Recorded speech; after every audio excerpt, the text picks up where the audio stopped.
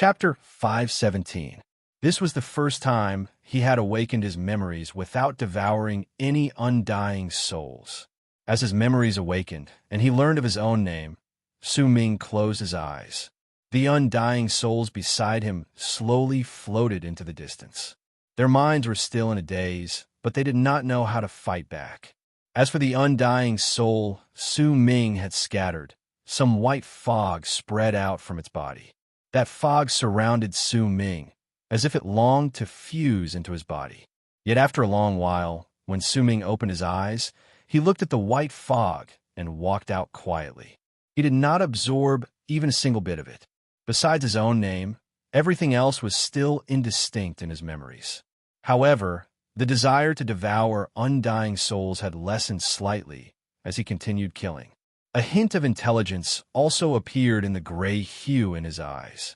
Su Ming floated forward slowly along the ground under his feet.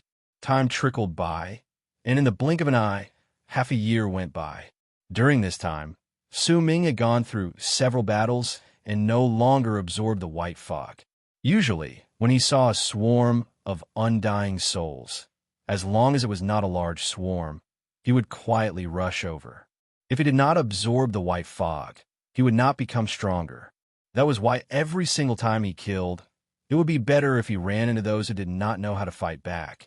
But if he ran into those who devoured their companions to become stronger, then it would be incredibly difficult. Yet as he continued killing, while Su Ming did not become stronger, his memories were awakened, and he remembered some of his divine abilities. He remembered the wind separation slash, remembered the lightning berserker art, remembered some of Hong Luo's legacies. With these methods, Su Ming no longer chose to fight against the undying souls that did not know how to fight back, but instead chose to fight against the powerful souls. As he fought against them, Su Ming gradually discovered that he had plenty of shortcomings. He was not decisive enough when he attacked, had too many tricks up his sleeves, and could not kill with one strike. In fact, when he ran into danger, he would even make mistakes in his choices. The price for all of this was that his body broke down several times, and he even died twice. Perhaps it was because he did not devour any undying souls, but Su Ming, who had died twice, was different from how he usually was when he woke up. His memories did not become blurry. They were still the same as before he died. Every single time he died, he would think about the reason behind his failure, and then he would continue killing. He could clearly feel that he was slowly becoming stronger. This kind of strength was not the strength of devouring immortal souls, but his own control of battle, his understanding of spells, and his judgment of will. He had already given up on many useless tricks when he attacked. His mind was firm and resolute. Once he attacked, he would go straight for his target, and he would not relax in the slightest.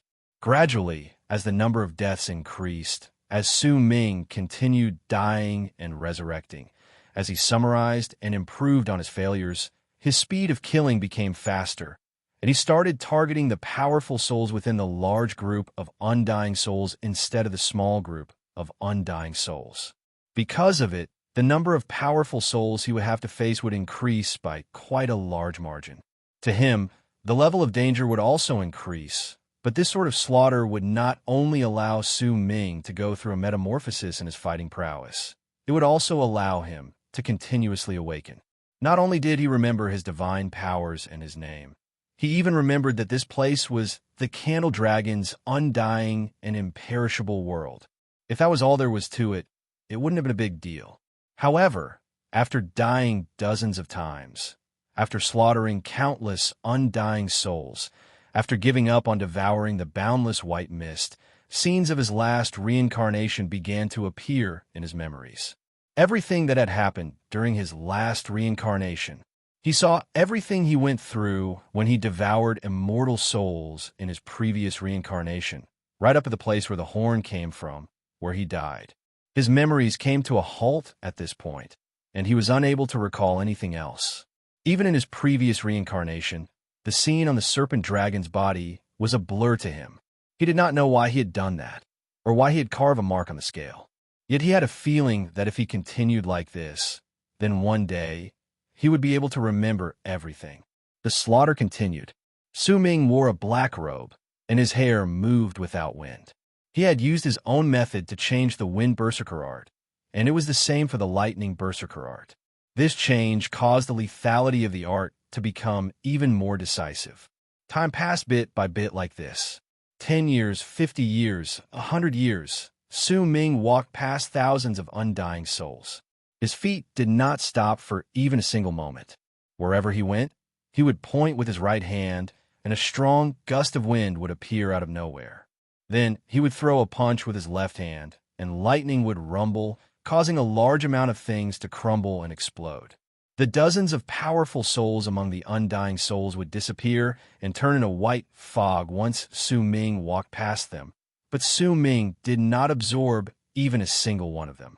This sort of slaughter could no longer satisfy Su Ming. It could not allow him to gain more experience. This sort of slaughter could not allow him to experience danger. During the 100 years of slaughter, he had also died nearly 100 times, but every single time he died and revived, Su Ming would think about the reason behind it and change the source of his death so that he could transcend himself. His will had gone through an unimaginable refinement during these 100 years. As he continued killing and as his memories recovered, he remembered even more cycles of reincarnation, and every single time he went through them, he would remember everything that had happened during each of his cycles of life and death. His expression gradually turned apathetic. However, this apathy might seem the same compared to his previous cycles of life and death, but in truth, it was completely different. This apathy was due to habit and apathy, and the source of the apathy during the cycles of life and death was confusion. One of them was due to habit, and the other was due to confusion. These two types of apathy were like the difference between heaven and earth. Fatigue also appeared on Su Ming's body. This fatigue from killing and the feeling of having to fight to recover his memories caused his body and mind to feel haggard. However, he still had to continue doing this. When another 100 years passed, he remembered the 10,000 cycles of life and death he had gone through. Based on his memories, he knew everything about the vast land and the undying and imperishable world like the back of his hand. His targets of slaughter started turning towards the undying warrior souls like the red-haired man in the past. Only these sort of warrior souls could make him feel the threat of death when he fought against them. If there is heaven, then there is earth. Su Ming attacked. In a spot in the sky, he was engaged in a battle to the death against a person whose entire body was surrounded by black fog. The low roars coming from that person shook the sky, and his actions intersected with that of heat and ice, as well as fire, overlapped with each other. If there is fire, then there is ice. There was an old man fighting against Su Ming on a protruding hill on the White Land. That old man had a head full of white hair and an apathetic look in his eyes, but when he attacked, he pressed down and seized the air, causing Su Ming to break down and die multiple times. However, every single time he woke up, Su Ming would continue fighting. If there is pressure, then those who need to be absorbed will be devoured. Su Ming was fighting at full strength against a man of 30 feet in the sky. That man's punches contained two different sensations of lightness and heaviness, making it difficult for others to withstand them. He roared in anger, and as he roared, 3 words came out of his mouth. Imperishable soul, the candle dragon's undying and imperishable world is also the same. Su Ming sat on a protruding hill on the White Land and looked at the gray sky as he mumbled under his breath. His memories had already recovered to the time before he went through hundreds of thousands of reincarnations. 400 years had passed, and during these 400 years, he had not absorbed a single hint of white fog. He had relied solely on his own body to fight as he died and woke up again and again. There were plenty of people here that he still could not win against, such as the 30 feet tall man and the old man who pressed down and seized the air. Su Ming had died multiple times because of them. There are 2 sides to everything here, just like that one pressing down and one seizing the air. Pressing down sends out power to destroy all things, and seizing the air absorbs fog to nourish the soul. Then there's the fast and the slow, then there's the lightness and the heaviness, and many other things. All of them are two different sides. Su Ming closed his eyes, and a pensive look appeared on his apathetic face. The undying soul is what I looked like when I was reincarnated. I absorbed the fog here to nourish my soul and eventually became stronger, and the imperishable soul is the path I'm taking right now. They're like two extremes. The undying soul means that it will never truly die. It can be resurrected every single time, but after it is resurrected, its memories will disappear and not a single thing will be left. But the imperishable soul means that my memories will not be destroyed. I can retain my original memories even after I die and wake up countless times. Perhaps the candle dragon's undying and imperishable world was originally prepared for the imperishable soul. But the imperishable soul requires a powerful will. If it doesn't have this will, it'll be difficult for it to last until the end. Su Ming lifted his right hand and pointed casually behind him. With it, a short person immediately crawled out of the air behind him. That person had an apathetic look on his face. He opened his mouth wide, wanting to devour Su Ming, but Su Ming's finger had already touched the center of his brows. With a bang, the short person's body exploded and turned into white fog. Su Ming waved his arm, and that fog spread into the distance. This matter was as normal as breathing to Su Ming, and it did not cause his thoughts to stop for even a single moment. I need to search for the pros and cons that belong to me. It's not the sky and earth, not ice and fire, not that pressing down and seizing the air, not lightness and heaviness, not being fast and slow. Su Ming opened his eyes and looked at the gray sky. In silence, a dazed look appeared on his face. Time trickled by. 100 years, 200 years, 300 years. Su Ming continued sitting there. There was a large amount of white fog around him. That white fog was spread out by the undying souls he killed in this place, and due to its existence, it was incredibly attractive to many undying souls. Usually, some undying souls would come to this place and become stronger after absorbing the white fog. But the instant they pounced on Su Ming would tap the center of their brows with one finger, and they would explode and die with a bang. That one finger was a killing move that Su Ming had created during the 700 years he spent killing and thinking. He had fused his wind berserker, lightning berserker, nascent soul's divine abilities, and all the memories he had gained from the endless cycles of life and death in this place. This killing move was very simple. It only required one finger, but that finger contained the speed of lightning, the power of wind and thunder, the strangeness of seizing and pressing down, the source of lightness and heaviness, the law of lightness and slowness, and Su Ming's life and soul. On this day, as Su Ming went through the endless cycles of life and death, the scene of him truly descending to this world for the first time appeared in his memories. He remembered why he had come here, remembered the small snake, remembered the old man in black robes, remembered the words that had stirred his heart when he fought against the candle dragon. The fusion of the sky and earth, the fusion of ice and fire. Fusion. For the first time in the hundreds of years Su Ming had been sitting in this place. Su Ming opened his eyes, and a brilliant light shone in them. I understand. To be continued. If you like this work, please come Chidian. Come to vote for me. Your support is my greatest motivation. Chapter 518. There are plenty of things in the world that contain positives and negatives, and it's especially so for the undying and imperishable world. This is because the candle dragon's desire is to devour the nine-headed dragon. It's just as it said in the past. If the universe has a candle dragon, then why should there be a nine-headed dragon? This is the legacy of the candle dragon, but it's clear that this candle dragon has never devoured a nine-headed dragon before. That's why this undying and imperishable world is not perfect.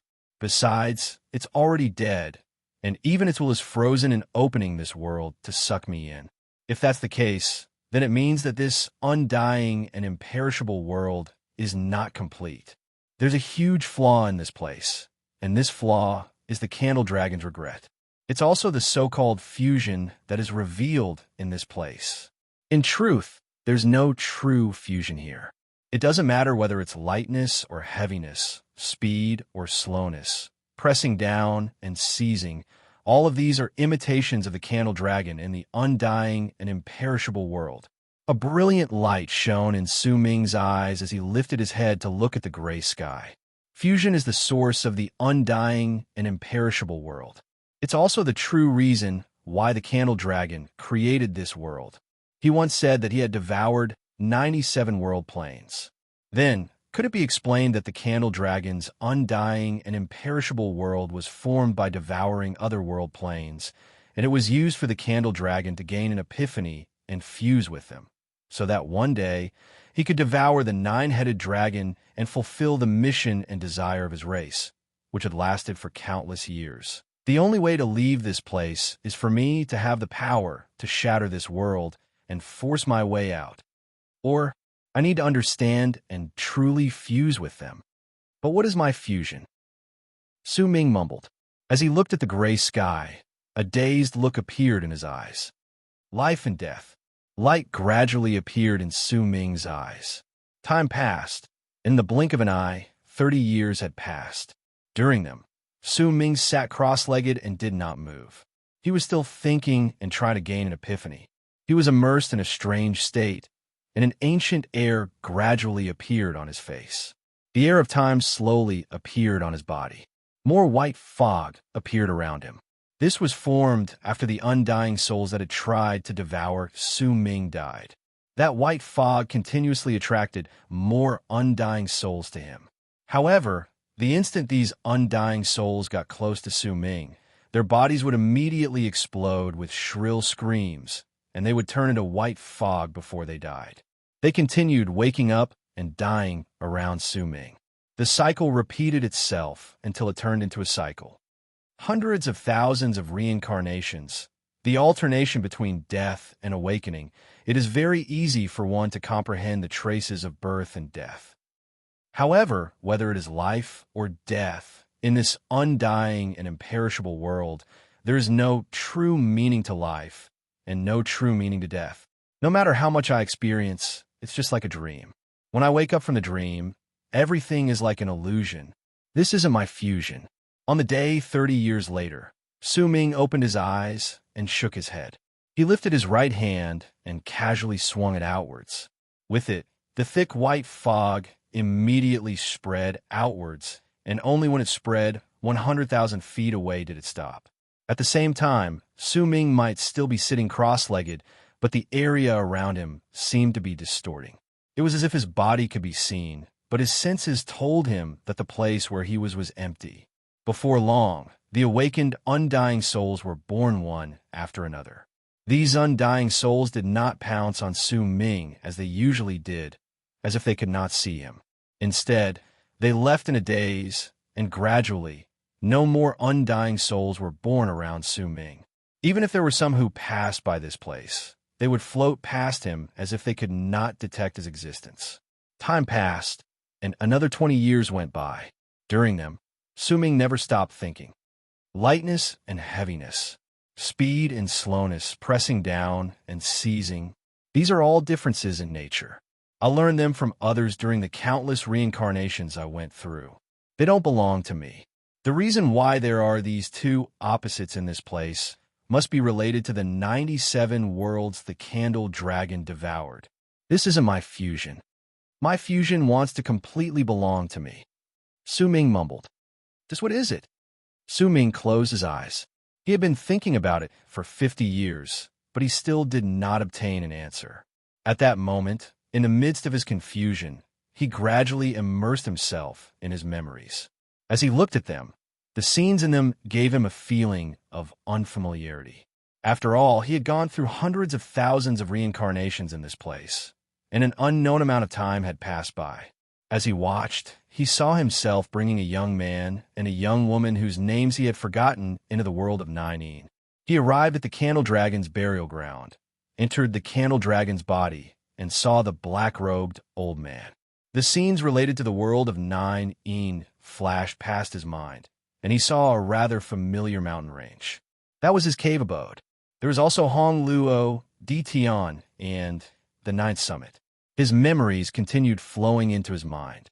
He returned to Han Mountain City from the ninth summit, then from Han Mountain City to Dark Mountain. He would never forget the things that had happened in Dark Mountain. His elder, Bei Ling, Wu La, Lei Chun, Shan Hen, and Bai Ling, these are my past. As Su Ming remembered them, grief rose in his heart, but the soul had no tears. If it had tears, they would have fallen at that moment. The most precious things in my life are Dark Mountain, the ninth summit, and my past. What I want to protect is also Dark Mountain, the ninth summit, and my past. Su Ming whispered softly. I can no longer change everything in the past. It's buried in my memories, in my years, in my palms, and I'll never forget it. This is the positive side of my life. Su Ming opened his eyes swiftly. They were dull, but profound, as if they contained the universe, the sun, the moon, and the universe. Positive and negative. Positive represents what I've gone through, and negative represents the continuous change. If my past is the positive side of my life, then the negative side of my life is my future. Su Ming remained silent for a moment. His gaze fell on the vast world in the distance, and a dazed look appeared in his eyes. In that daze, he seemed to see himself bound by chains in a black swamp in an abyss. There were 9 black dragons in the swamp spitting out black fog at him. There were several people in the sky above him, and they were looking at him with wariness and aloofness. He did not say a single word and only stared at them quietly. In his daze, the scene changed once again. He saw himself with a head full of purple hair standing at the highest point and looking down at the ground coldly.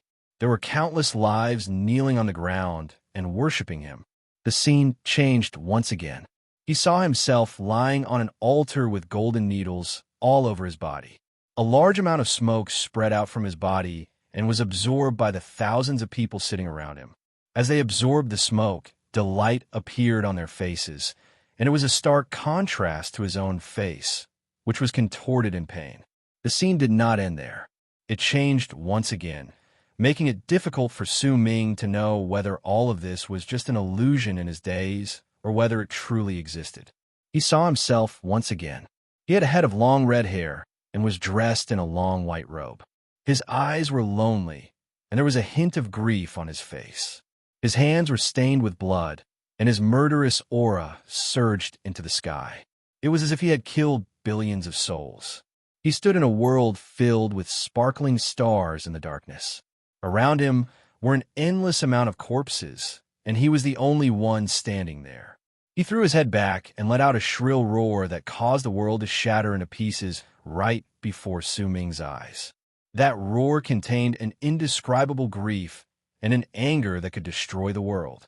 Su Ming sat there cross-legged.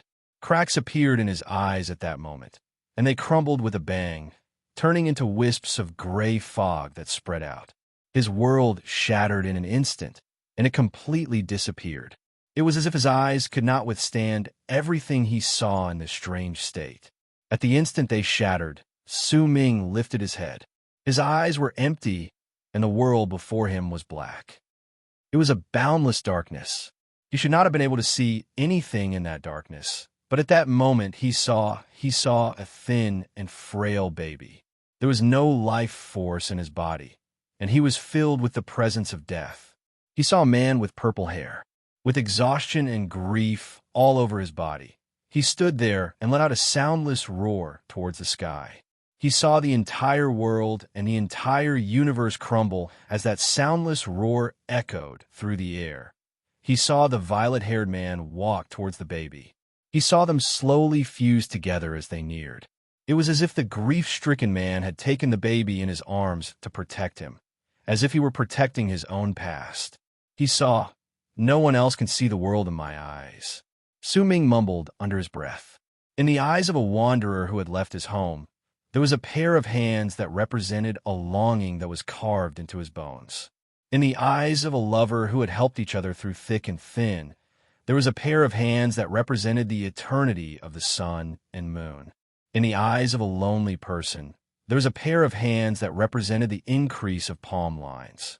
In the eyes of a child, there was a pair of hands that represented an unforgettable attachment. There was a pair of hands where the palm represented the past, and the back of the hand represented the future. If the person did not want to, then the memories in the palm would forever be protected. If the person did not want to, then no one would be able to see their palm lines, and neither would they be able to see their past. The only thing they could see was the back of the hand that was exposed to the world forever and ever. There was a pair of hands where the left side represented a baby and the right side represented an old man. The distance between the two hands, which could grow or shrink, represented the person's entire life. The fusion that belongs to me is between the past and the future. I will use my past to make my future stronger, and I will use my future to protect my past. When I was born, I did not control my own fate. Once I grew up, I want to step on fate. The past and the future fused together to form the present. Su-Ming opened his eyes completely. The shattered emptiness in his eyes turned into calmness. This is my fusion. I call it. A hint of a cold sneer appeared at the corners of Su-Ming's lips. I call it destiny. When I wrote this chapter, I felt my blood boil because there were a lot of people queuing up outside the window to move forward. The voices shouting that the Diaoyu Islands belonged to China made me want to go downstairs and join them. Please recommend tickets. Please click. Please vote. To be continued. If you like this work, please come to Chidian. Come and vote for me. Your support is my greatest motivation. Chapter 519. At the instant he said the word destiny, Su-Ming stood up. Besides him, no one else knew what the world he saw in his empty eyes was. He stood there and took a deep breath. He had already stayed in this place for an endless amount of time. He still had many things he wanted to do. He wanted to use his awakening in exchange for the complete disappearance of the Candle Dragon's will, in exchange for the small snake's race's serendipity. He remained silent for a moment before he lifted his foot and walked forward. As he walked, he ran into an endless amount of undying souls. But these undying souls did not seem to be able to see him. They simply allowed him to walk past them, completely unaware of his presence. It did not matter whether it was the hundreds of undying souls fighting and devouring each other, the thousands, tens of thousands, or even hundreds of thousands of undying souls, or the shocking slaughter. In fact, even if there were more than hundreds of undying souls fighting against each other in the battlefield, just like how Su-Ming could not see them with his empty eyes, they could not see him either. Su-Ming walked past an endless amount of undying souls. Not a single hint of contact could be found between them. It was as if everything around them was the cause of the world outside. Su-Ming's heart did not move, his eyes did not look, and everything did not exist. The direction he walked in did not change because of anything. That direction pointed towards the place where he would eventually disappear in the countless cycles of life and death. The towering mountain range and the gigantic statue of the dragon snake. Su-Ming continued walking forward. On the way, apathetic old men in white flew past him in the sky, and there were also men who had mastered the art of weightlessness running on the ground. More undying warrior souls appeared on his way, but he could not see them, and neither could they. When an unknown amount of time passed by, a towering mountain finally appeared before Su-Ming. The gigantic statue of the dragon and snake coiled on the mountain exuded an air of defeat under the illumination of the gray sky. This was the first time Su-Ming came to this place after he recovered all his memories. He looked at the mountain as if he could see it. "I'm about to leave," Su-Ming whispered softly. Just as he was about to take a step forward, his footsteps suddenly came to a halt. He slowly turned his head around, and no light shone from his empty eyes. However, where his gaze was directed was an apathetic old man covered in fatigue. He was walking towards the mountain step by step. The old man wore a black robe, and his facial features were ancient. He looked as if he were on a pilgrimage as he headed toward the mountain peak. Perhaps it was impossible to tell how many reincarnations he had gone through to reach this place, and how many reincarnations he had gone through. There was no end, no end.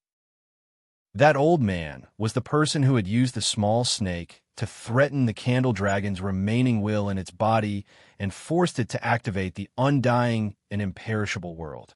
He was Tion's servant, and he was the one who had been keeping an eye on Su-Ming in the land of berserkers. Unfortunately, he had underestimated the candle dragon's arrogance. As a result, that wisp of his divine sense was forcefully sucked into the undying and imperishable world, where he had to endure the endless pain of death. The candle dragon's real body was also affected, and it had to endure the corrosion of the curse. Su Ming looked as if he could see it. He looked at the old man, and after a long while, he lifted his foot and walked towards the old man. When he got closer, the old man was still in a daze. He was still floating towards the mountain that was calling out to him. When he arrived beside the old man in black robes, Su Ming's expression was calm. He lifted his right hand and stretched it into the old man's soul. That person shuddered, and pain appeared on his face. The instant he wanted to struggle, Su Ming pulled his right hand back, and there was a wisp of green fog on his palm. That fog surrounded Su Ming's palm. Once he held it in his hand, he no longer bothered himself with the old man and walked towards the mountain. Su Ming would not kill the old man, because the endless cycles of reincarnation he had to endure in this place was much more painful than killing him. On the other hand, if he killed him, it would be a form of happiness for him. What he wanted to kill was the old man's real body in the world outside. Only by killing him could Su Ming quench his hatred. When Su Ming arrived at the mountain and stepped on the numerous scales on the dragon snake's body, he sensed familiar lines of words on those scales. Those words symbolized his cycles of reincarnation and his determination. Su Ming stepped on the scales and walked towards the dragon snake's head. When he stood on its head, he lifted his head and looked at the sky. Candle Dragon, go ahead and devour the strange snake. This is your race's fate. It has nothing to do with right or wrong. I respect you. I've already woken up based on your curse. Now I will walk out of this place. Su Ming said softly. The instant he said those words, the calm gray sky suddenly started raging, and clouds started surging. Shocking thunder rumbled in the air. That thunder reverberated in the air, as if the sky itself was roaring.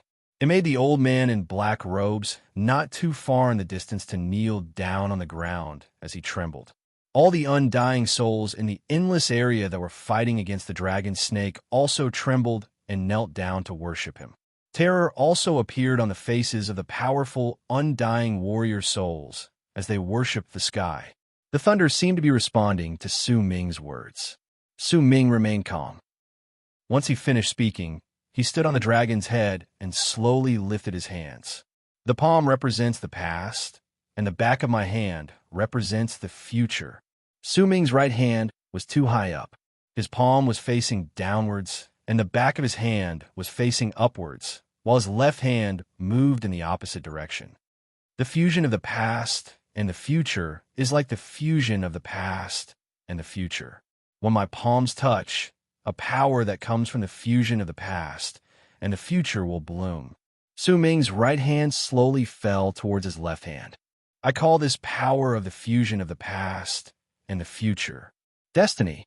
At that instant, Su Ming's right hand and left hand touched each other. The instant his hands touched each other, Su Ming started trembling violently. Veins popped up on his face, and his long hair started moving without wind. His robes fluttered rapidly, and the illusion of a baby appeared behind him. That baby did not cry. Its eyes were wide open, and there was a dull gray in them, as if it had died. The world before him started distorting, and a purple-haired man slowly appeared. There was grief on that man's face as he lifted his head to look at the sky. The instant he appeared, a shocking change immediately happened in the undying and imperishable world. The gray color in the sky was like fog. It rotated in layers, and the white color on the ground instantly turned black, as if it was dyed in ink. It started trembling violently. The fusion of destiny, the first fusion. The instant Su Ming mumbled, the illusionary purple-haired man before him took a step towards him. At the same time, gray light also shone in the eyes of the baby behind Su Ming, and it charged towards Su Ming. At that instant, the future and the past turned into a gigantic vortex around Su Ming's body. That vortex spun faster with each passing moment, and eventually, Su Ming's body was sucked into it as well. When he disappeared, There is only one gigantic vortex left in the world on the top of the mountain and above the dragon snake's head. That vortex spun with loud rumbling sounds. Within it was Su Ming's future, his past, and his present. All of these things formed the greatest serendipity he had gained in the undying and imperishable world. Destiny. As the vortex spun rapidly, a hand stretched out from within. It was a pale hand that looked weak and powerless, but at the instant it stretched out, it slowly clenched its fist, and the rapidly spinning vortex instantly stopped moving. It charged straight towards the hand, and it looked as if the hand had completely condensed the vortex during the process of clenching its fist. When the vortex disappeared, a person appeared on the top of the dragon snake's head. It was a boy with half of his hair purple and the other half white. He looked to be about 8 or 9 years old. His skin looked gray, but there was an endless amount of time shining in his eyes. He lifted his head and stared coldly at the gray sky. Without saying a single word, he charged towards the gray sky. At the instant he closed in, he lifted his right hand and pushed it towards the sky, as if he was trying to support it. With that one push, the gray sky that looked like fog tumbling about let out a loud rumbling sound. As it did so, the entire sky started trembling. The fog tumbled backwards layer by layer, as if it was being scraped off. It was as if the sky had turned into a gigantic wooden board that was rapidly becoming thinner. At that moment, thunderous roars that sounded like furious roars came from all directions. Soon after, all the undying souls in the undying and imperishable world exploded as they trembled, turning into a large amount of white fog that charged into the sky. In the blink of an eye, that boundless white fog filled the entire sky and gathered towards Su Ming in an instant. As the white fog gathered together before Su Ming, it turned into a gigantic body whose end could not be seen. That body belonged to the candle dragon. As it roared, it opened its mouth wide in Su Ming's direction. Compared to it, Su Ming looked like an ant, but not a single hint of change could be detected on his face. Almost at the instant the gigantic candle dragon came to devour him, he lifted his left hand and pushed down towards the ground. At that moment, he had his right hand supporting the sky and his left hand pressing down on the ground. As he pushed with his hands, the world rumbled viciously. A large amount of cracks appeared in the sky, and as the ground trembled, deep ravines appeared. Undying and imperishable world. Activate. These were the first words Su Ming spoke in this place after his past and future had fused together. His voice was cold, and there was an ancient and youthful tone to it, giving off an incredibly bizarre feeling. The instant he said those words, Su Ming pushed with his hands up and down once again. At this very moment, in the sky above the world of Nine, a crack suddenly appeared at the center of the 10th moon that had appeared. It was as if there was an extremely great power within it that wanted to tear it apart. This strange change caused all the living beings in the world of Nine to be shocked and focus their attention. At the same time, in the burial ground of the candle dragon that had turned into a stone statue, the third eye at the center of its brows on its gigantic head had a crack at the center of its brows, just like the 10th moon in the sky. It was as if there was someone inside trying to forcefully open its shut eye. He did not update the undying and imperishable world over the past few days because the undying and imperishable world was incredibly important. He took a long time to write, and it was not easy to do so. However, this was an incredibly crucial point in the quest for demonic names. He had to write it carefully. Fortunately, he was about to pass, and he would definitely update it. Please recommend, click, and monthly votes. I beg for the third time. To be continued. If you like this work, please come to Chidian. Come to vote for me. Your support is my greatest motivation. Chapter 520. The entire world of Nine was in a state of shock at that moment. Many pairs of eyes were trained on the 10th moon in the sky, and they saw the crack that was slowly widening within.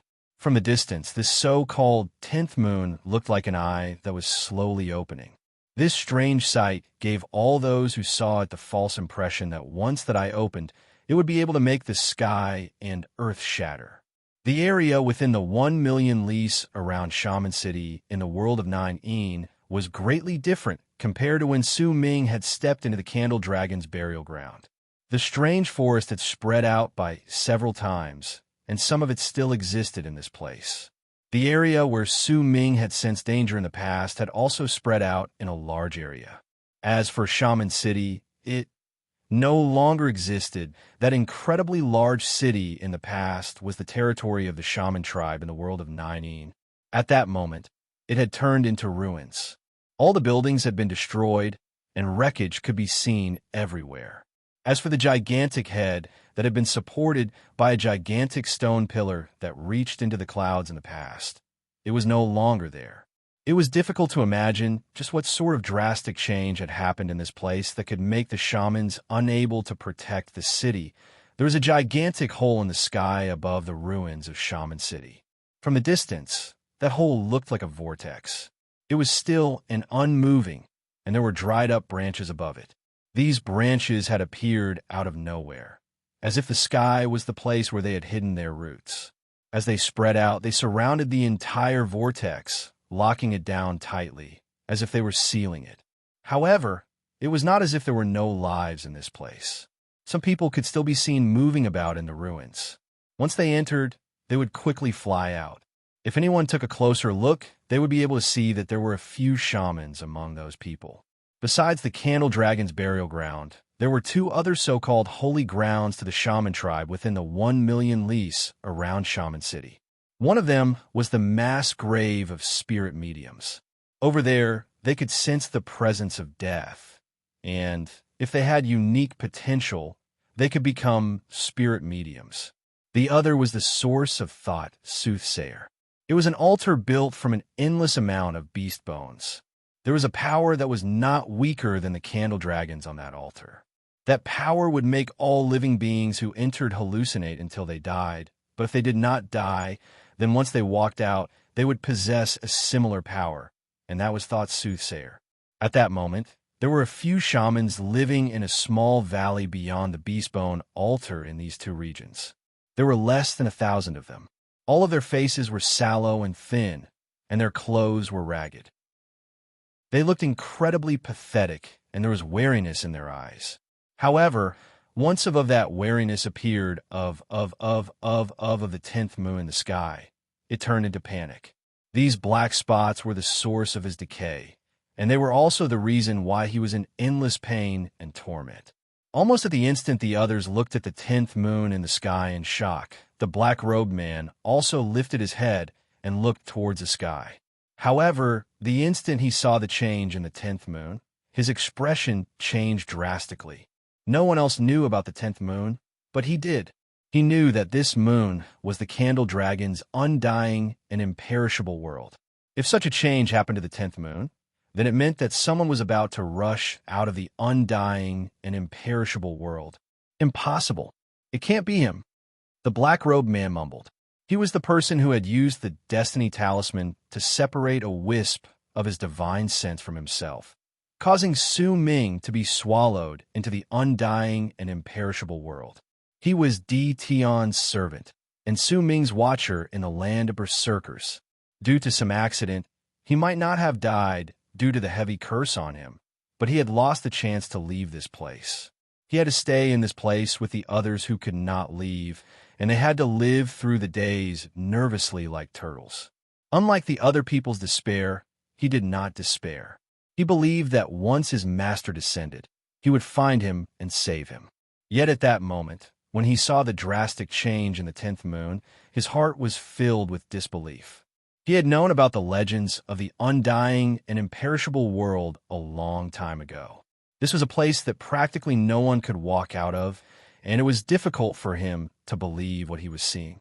There were 2 people among this group of people that Su Ming would find incredibly familiar if he saw them. One of them was a middle-aged man with messy hair, torn robes, and stubble all over his face. He looked incredibly miserable. He sat quietly on a mountain rock and looked at the sky with a slightly hesitant look on his face. He disappeared from the Candle Dragon's land in the past. I heard people say that this 10th moon is the activation of the Candle Dragon's undying and imperishable world. Could this change be related to him? The middle-aged man fell silent, and a nostalgic look appeared on his face. He was Nangong Hen. The other person was an old man. His face was ashen, and his eyes were lifeless as he lay on the ground.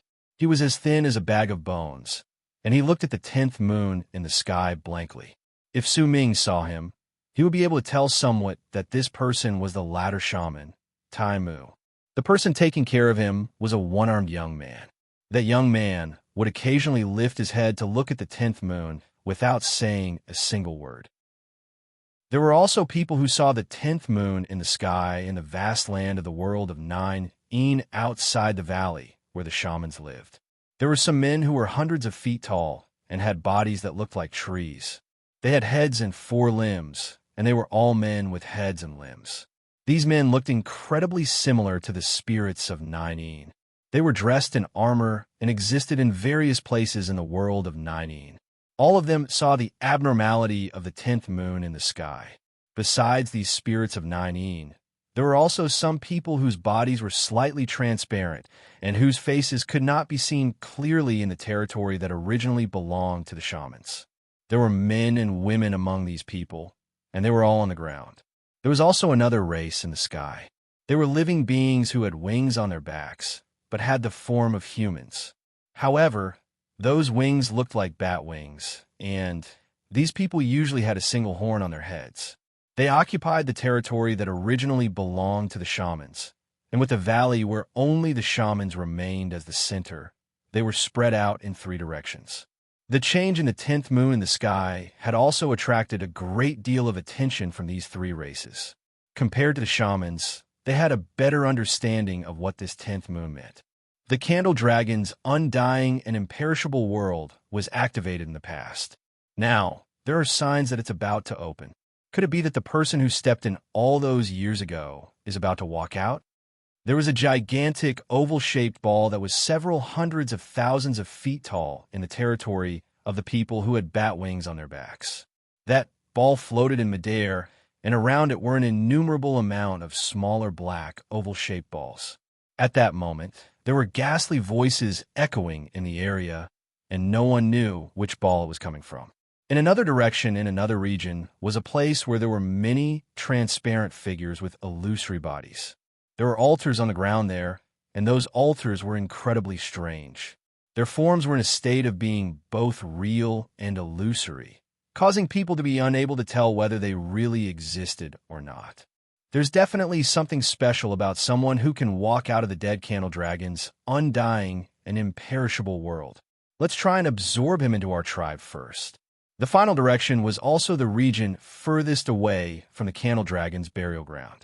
It was a place where an endless forest existed, and there were the spirits of 9, who were gigantic and dressed in armor, whose bodies looked like withered trees.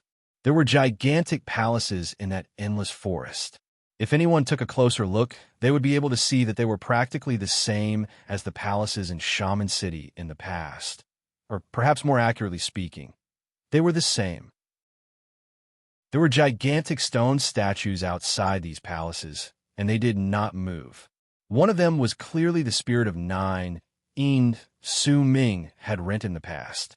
His petrified body did not move, but he lifted his head to look at the 10th moon in the sky, and a complicated look appeared in his eyes. Further in the distance was an old man sitting cross-legged in one of the halls. That old man did not lift his head to look at the sky, but instead let out a soft sigh. I didn't expect that he would truly be able to walk out of that place, at the moment when the world outside could practically be said to be the center of attention, within the candle dragon's undying and imperishable world. Su Ming, whose body had become much smaller and whose hair was half purple and the other half white, stood above the statue of the dragon snake in the sky. His expression was still as aloof as ever as he faced the gigantic candle dragon formed by the endless white fog in this world. He lifted his left hand from pressing against the ground, and the instant the candle dragon closed in on him with a furious roar, he drew half a circle with his left index finger before him. This is the past. His right hand also followed the direction, and outside of the half circle, he drew the remaining half of the circle in an arc This is the future. Once he drew a complete circle, Su Ming pressed his left hand against the back of his right hand and pushed at the circle before him. This is the present, and also destiny. With that one push, a piercing light erupted forth from the circle and grew infinitely larger before charging towards the candle dragon. In an instant, it crashed into the gigantic candle dragon, and a loud bang that shook the sky and earth rang out. As it did so, a powerful wave of impact swept towards Su Ming, but the instant it closed in, Su Ming opened his mouth and sucked in a sharp breath. With that one breath, the white fog contained within that wave of impact was sucked into Su Ming's mouth at an astonishing speed. At the same time, he pushed his hands upwards and downwards once again, and with all his might, he pushed against the sky and earth. With that one push, a large part of the sky crumbled, the ground trembled viciously, and the crack between the sky and earth was torn apart, as if it was seized by two invisible hands. The instant it was torn apart, booming sounds reverberated in the air, and a gigantic crack appeared between the sky and earth. Su Ming charged upwards, and in the blink of an eye, he disappeared into the crack. Undying and imperishable. If you devour, you will not die, and if you don't devour, you will not be destroyed. But it doesn't matter if you devour or do not devour. If you are in two extremes, then you cannot be considered as a fusion. The true fusion is when you don't devour while you devour, and when you don't devour while you don't devour. The instant Su Ming stepped into the crack, he mumbled softly, and understanding appeared in his eyes. This is life. To be continued. If you like this work, please come to Chidian. Come and vote for me. Your support is my greatest motivation. Chapter 521. The crack on the 10th moon in the sky was completely opened, and it was as if the 10th moon had opened its eyes to look at the ground with an enlightened gaze. This is his gaze. He came out. The old man in black mumbled in the valley. At the same time anguish appeared on his face, there was also despair within him. On the other side of the valley was the spirit of Nine Een, who had lifted his head to look at the sky. At that moment, he sighed softly and closed his eyes. The old spirit of Nine Een in one of the palaces behind him also closed his eyes at that moment. In another region filled with numerous illusory figures was an indistinct figure. It could be seen that it was a woman, and she was floating on the ground with a dazed look on her face as she looked at the moon in the sky. She should have been incredibly beautiful, but the dazed look on her face and the change in her form made it difficult for anyone to imagine just what sort of accident had happened to her. In the Candle Dragon's burial ground was an incredibly large body. The body that had been petrified in the past was slowly recovering, and as it did so, a thick stench of decay spread out. All the parts that had recovered from the petrification started rapidly rotting away until they were reduced to ashes. Within the Candle Dragon's head was the head of the beautiful woman. Her head was the only part that had not been petrified, but at that moment, black spots had appeared all over her head, and she had started rotting away. Right before her was a stone statue, and that stone statue was naturally Su Ming. Right then, the stone statue's head was slowly regaining its luster, and the petrification was slowly disappearing like a receding tide. A vast amount of life force was rapidly growing within the stone statue that was Su Ming, and it was gradually becoming stronger with each passing moment. The area was filled with silence. The rotting of the beautiful woman's head meant that her life force was fading away and that death was coming. It was a stark contrast to Su Ming's body. After some time, as the woman's head rotted away, her eyelashes fluttered lightly, and she slowly opened her eyes. They were a pair of eyes that were filled with age and wisdom. She looked at Su Ming, and as she continued looking at him, a vortex gradually appeared at the center of her brows, and that vortex started rotating slowly. You, who walked out of the undying and imperishable world, have found your own fusion. You have obtained my respect. This is the fate of the Candle Dragons. I will abide by the agreement and willingly be devoured by my own kind. With my remaining will and body, I wish him new life and you new life. With the blessings of the Candledark tribe, I hope that you and my kin will be able to walk even further. The other side of a curse is a blessing. With my body that is about to disappear and the 97 expanse cosmoses I devoured, I will bless you. The beautiful woman mumbled softly. There was no resentment in her eyes, only calmness. As she spoke, she opened her mouth and exhaled in the direction of the recovering Su Ming. That wave of air was white and looked like fog. It slowly blew on Su Ming's face and seeped into his eyes, ears, nose, and mouth. The instant it did so, the Candle Dragon's gigantic body started rapidly decaying before Su Ming's eyes, ears, nose, and mouth. As it did so, a large amount of white fog seeped out of its body and charged towards Su Ming. It was as if Su Ming had turned into a vortex that was rapidly absorbing the life force into him. My will and legacy will be given to my kin. My remaining power and the power of one world left after I used up 96 expanse cosmoses to construct the undying and imperishable world will be given to you. How much you can absorb will depend on your serendipity. After saying this, the absolute beauty closed her eyes. The vortex between her eyebrows spun faster and faster. One could faintly see that there seemed to be a black line within the vortex between her eyebrows. The rotation was due to the black line's rotation. As the life force and white fog continuously fused into Su Ming's body after the Candle Dragon's gigantic body turned into ashes, he instantly recovered from his petrified state. He could also clearly sense waves of great presence surging into his body from all directions. That presence and life force came too swiftly, causing Su Ming to react slightly slower. Immediately, he had a feeling as if his body was about to swell up and explode. This is the Candle Dragon's power in its entire life. It might be dead, and this power might not even be a tenth of what it had when it was alive, but the instant its body disappeared, all of its power erupted forth. This is a great serendipity that only comes once in a blue moon for me. Su Ming did not hesitate, and neither did he have the ability to.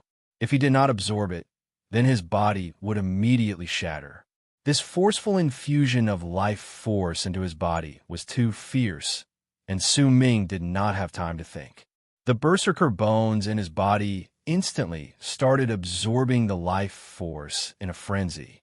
There were 7 berserker bones in Su Ming's body. The wind crystal of inheritance had turned into one, and the lightning crystal of inheritance had also turned into another. However, at that moment, as the powerful presence and life force surged into his body, the 8th bone in Su Ming's spine almost instantly started shining with a golden light. The instant that golden light seeped out of Su Ming's body, the 8th berserker bone formed in his body. However, this was far from the end. Not even 10 breaths after the 8th berserker bone appeared, banging sounds came from Su Ming's body. Pain appeared on his face, and a piercing golden light shone from his back. The 9th berserker bone appeared abruptly. Another 100 breaths passed, and as Su Ming gritted his teeth and let out a low growl, his body started trembling. The powerful presence and life force surged into his body too quickly, as if they wanted to rush into his body in an instant. He could not absorb them fast enough, and as sharp pain shot through his body, the 10th berserker bone appeared on his spine. If word of this sort of increase in his level of cultivation got out, it would definitely stir up a wave of shock and uproar. After all, it was incredibly difficult to train the bone sacrifice realm in the berserker tribe. After all, the berserker realm was the berserker soul realm, and those in the bone sacrifice realm could already be considered as powerful warriors. They could be considered as the backbone of a sect, and they could be considered as the strongest force in a middle-sized tribe. Yet at that moment, before the Candle Dragons died, it used its own body to bless Su Ming, causing this impossible thing to become possible. It gave Su Ming a great serendipity that even Di Tian might have miscalculated. The source of all of this was still Hong Luo. Due to Hong Luo's sudden appearance, Tion's plans for Su Ming went out of control. Due to the death of his clone, Su Ming had temporarily walked out of the predetermined path of fate, causing everything to deviate from its original course. A large amount of sweat broke out on Su Ming's forehead. The feeling as if his body was about to explode became stronger.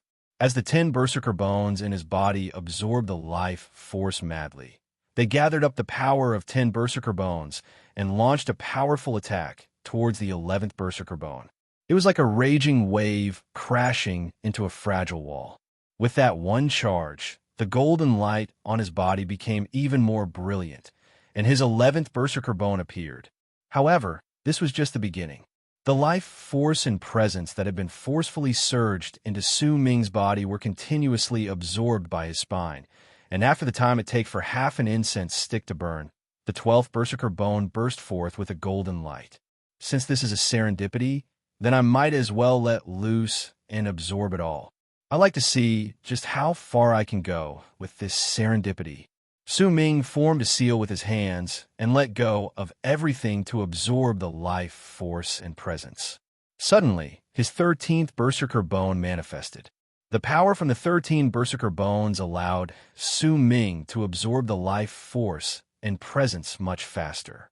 As time passed by and his body trembled even more violently, the 14th berserker bone appeared on his spine that belonged to the berserker tribe. 14 berserker bones. This was double the amount he had before. Yet even so, the life force and presence that was surging into Su Ming's body was still incredibly fierce. It did not decrease in the slightest, but instead increased. When the 15th berserker bone, the 16th berserker bone, and the 17th berserker bone started shining with a powerful golden light, even Su Ming himself was shocked by this sort of increase in his level of cultivation. However, he did not have time to think about it. If he did not increase his level of cultivation, then his body would explode. He gritted his teeth, and the 17 berserker bones in his body started absorbing the life force madly. At that moment, he could no longer care about anything else. He had to absorb. He had to use the newly formed berserker bones to contain this powerful life force. The 18th berserker bone appeared with a bang after a moment. The power absorbed by this berserker bone was even greater than the sum of the berserker bones he had awakened previously. If he trained normally, it would have been incredibly difficult for him to awaken this 18th berserker bone.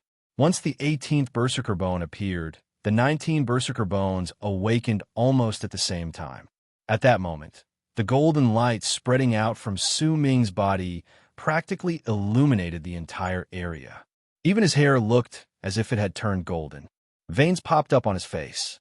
His body trembled even more furiously, and a large amount of black liquid was forced out of his skin. As it was forced out, he could clearly feel that his body had become much lighter. At the same time, the 20th berserker bone appeared with a bang. When the 20th berserker bone appeared, Su Ming felt as if his body was about to be torn apart. He gritted his teeth and endured the intense pain, turning all of it into an impact that stirred up the endless life, force, and presence that was still surging into his body to attack even more berserker bones. The 21st berserker bone appeared after some time. 22nd, 23rd. A powerful berserker in the bone sacrifice realm could at most refine 26 berserker bones. And the instant these 26 berserker bones appeared, they would have to attempt to reach the berserker soul realm. They only had one chance, and life and death could be decided in an instant. They could either successfully step into the berserker soul realm and become a powerful berserker in the berserker soul realm in one go and reach the final stage of the berserker tribe's path of cultivation, or they would fail to reach the berserker soul realm and all the berserker bones in their bodies would explode. Their life force would be extinguished, and their body and everything else would die. A wave of fear gradually rose in Su Ming's heart, because he noticed that if he continued increasing his strength at this rate, then before long, he would have 26 berserker bones. He was not ready yet. He had not found the 9 abyss flower. I want recommendation votes. I want monthly votes. To be continued. If you like this work, please come to Chidian. Come and vote for me. Your support is my greatest motivation. Chapter 5:22. More importantly, he had deep suspicions towards this candle dragon's blessing. In Su Ming's eyes, the candle dragon was a life form that was filled with intelligence and resolution. Even if this life form died, even if it only had a sliver of its will left, it would still be prideful. Perhaps it disdained to lie, or perhaps this was truly a blessing, but there is only a thin line between a blessing and a curse. It was like an empty bottle. Once enough water was poured into it, it would become full, but if more water was poured into it, then there was a high possibility that the bottle would explode. This sort of explosion was not a blessing, but a different kind of curse. If you can withstand my serendipity, then I will give you my remaining life force and the power of one world to bless you as you grow, so that you will have the right to become the master of the descendants of the candle dragon. But if you can't withstand it, then you won't have the right to become the master of the descendants of the candle dragon. If that's the case, being a candle dragon's descendant without a master's control is much better than becoming someone else's servant. Perhaps that was the candle dragon's true intention. Life and death will be decided in an instant, and it all depends on how you choose. This was a blessing, a curse, and also a test. A glint appeared in Su Ming's eyes. He looked at the rapidly rotting woman's head, then at the spinning black thread at the center of her brows. That black thread was becoming clearer, as if it was about to shoot out of the center of the woman's brows at any moment. That was the small snake. This power came too suddenly. I don't have time to completely stabilize it. If that's the case, then I'll be in a hurry when I try to reach the Berserker Soul Realm. I won't have complete preparations, and if that's the case, the chances of failure will be incredibly high. Su Ming knew that he had a large amount of crimson stones in his storage bag, but the 9 Abyss flower was not among them, or else he would have cut it open a long time ago. The situation was dire, and as Su Ming was thinking rapidly, the 24th Berserker bone appeared in his body. Should I go or not? Su Ming started struggling, but the presence and life force that was continuously surging into his body made it impossible for him to get rid of it. Similarly, as the number of Berserker bones increased and the power surged into his body, Su Ming could clearly feel his body becoming stronger. It was a feeling as if he had become much stronger than before, but what came with that feeling was death. Once he reached 26 Berserker bones, he would face a life and death situation that was akin to a gamble. When Su Ming saw the 25th Berserker bone letting out a faint golden light as the candle dragon's aura and life force surged into it, he gritted his teeth. The nascent soul in his body instantly opened its eyes, formed a seal with both hands in his Dantian region, and sucked in a deep breath. This was the only way Su Ming could think of to ease the situation, but it was clear that he would not be able to use this method for long. Even his nascent soul would eventually be unable to absorb the energy. At that time, he would still have to make a difficult decision. At that moment, as his nascent soul sucked in the air, the life force that surged into Su Ming's body changed its direction. A large portion of it charged towards his nascent soul, and in an instant, it surrounded him.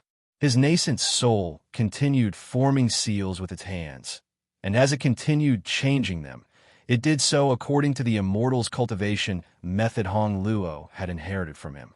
After a moment, his nascent soul grew to twice its original size, and pain appeared on its face.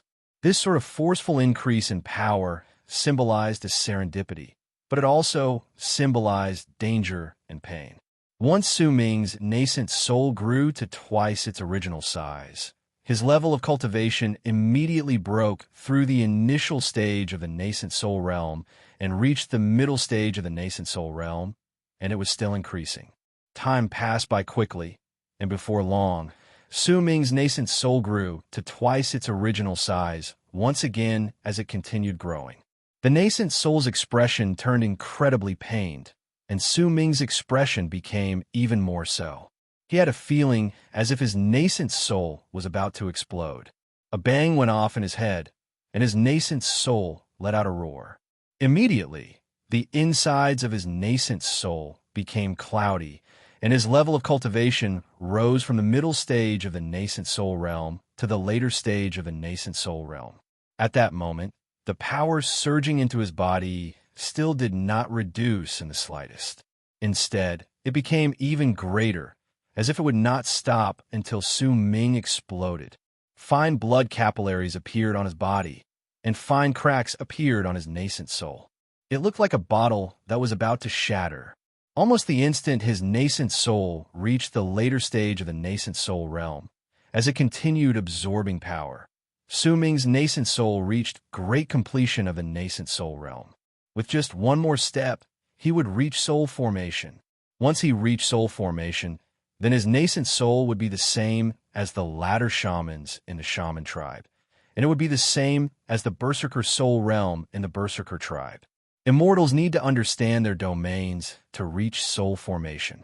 This domain is very mysterious, and I can't understand it, but I have to break through now.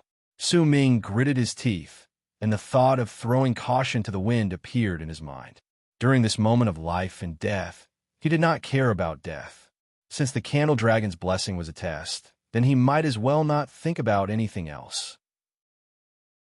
The moment this thought appeared in Su Ming's mind, his nascent soul opened its mouth wide, and a ferocious look appeared on its face. Candle Dragon, let's see just how much of your blessing I can get. Su Ming's nascent soul opened its mouth wide and started absorbing madly. All the aura and life force surged into Su Ming's body and surged into his nascent soul. As it continued surging into him, his nascent soul rapidly grew larger, and eventually its size was almost the same as Su Ming's body. Soul formation. Soul formation. I didn't understand my domain, but I understood the fusion between the past and future. I found a connection between the past and future. If we're talking about domains, then my domain is destiny. Everyone has their own destiny, and everything in the world has a cycle. As the aura and life force continued surging into Su Ming's nascent soul, it swelled up. In the end, it let out a low roar and exploded with a bang. As it did so, a loud bang rang out in Su Ming's mind. His consciousness became clouded, and he seemed to have seen his nascent soul going through a metamorphosis. A new life was born, and it could no longer be called a nascent soul, but a nascent divinity. The nascent divinity was like a shadow, like a body, like an illusion. Su Ming could sense a wave of ripples coming from it. It was a will that said that as long as the nascent divinity existed, the soul would not die. The nascent divinity had just been born, and Su Ming could sense how fragile it was. At that moment, the nascent divinity needed time to nourish itself. If it continued absorbing the Candle Dragon's aura, then it would immediately be unable to withstand it and would disappear. When Su Ming saw the Candle Dragon's aura and life force surging into him, charging towards his nascent divinity, his eyes flew open, and he lifted his right hand to form a seal before pointing forward. Immediately, the instant the Candle Dragon's power closed in on him, his nascent divinity floated out of his body and gathered before him before leaving his body. The immortals cultivate their nascent divinities, and they say that as long as the nascent divinity exists, the soul will not die. Now that I've formed my nascent divinity, then even if my body is destroyed by the Candle Dragon's power, I can still use this nascent divinity to possess someone else. Su Ming gritted his teeth.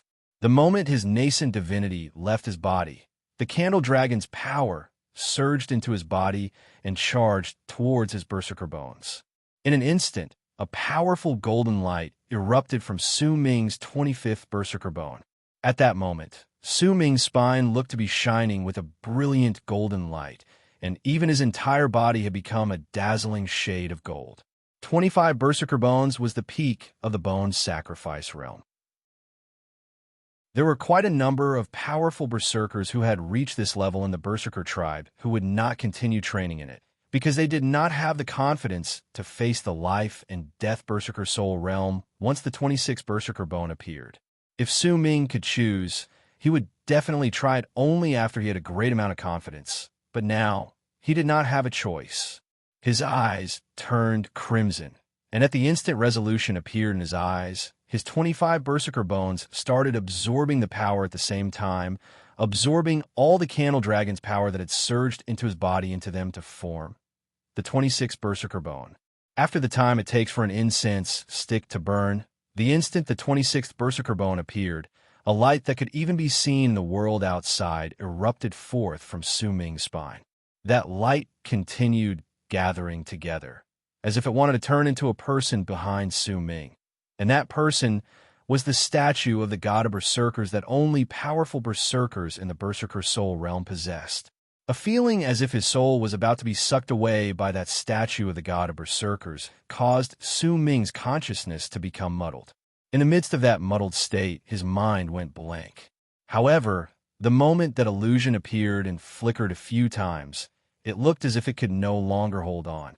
It lasted for a few more breaths in an unsteady manner before eventually showing signs of dissipating and crumbling with a bang. The instant it crumbled, Su Ming felt his consciousness being sucked away, instantly being torn apart.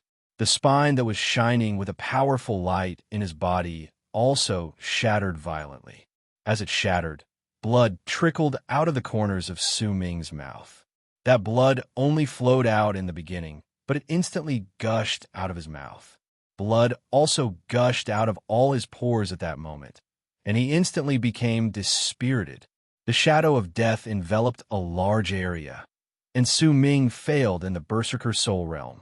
At the same time he failed, due to his spine crumbling, Su Ming's flesh and blood started showing signs of disintegrating into the wind.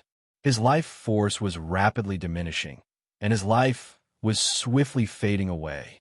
However, these signs only appeared for an instant, because the vast amount of life force and aura was still surging into Su Ming's body.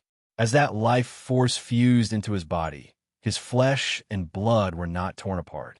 His life force was rapidly being replenished, and his shattered spine was also rapidly regathering itself. I can help you once, but only once. Not all lives can withstand my blessing. Next time, if you cannot withstand it, then you are not fit to become the master of the descendants of the candle dragon. Next time, if you cannot withstand it, then stay here and die with me. If you can last for the time it takes for an incense stick to burn, then the most precious power of one world that I have left will appear. Absorb it, and that will be your true serendipity. The candle dragon's ancient words echoed in Su Ming's heart. His spine gradually became whole, and his life force was completely replenished. Besides his spine no longer shining with golden light and needing to be refined again, Su Ming was not injured in the slightest. Even though his berserker bones had shattered and he was no longer in the bone sacrifice realm after he regathered them, Su Ming could sense that not only did his power not decrease, it had instead become stronger. He did not have time to think too much about this strange thought, because as the aura and life force surged into his body, the first bone on his spine started shining with golden light once again. To be continued. If you like this work, please come Achidian. Come to vote for me. Your support is my greatest motivation. Chapter 5:23.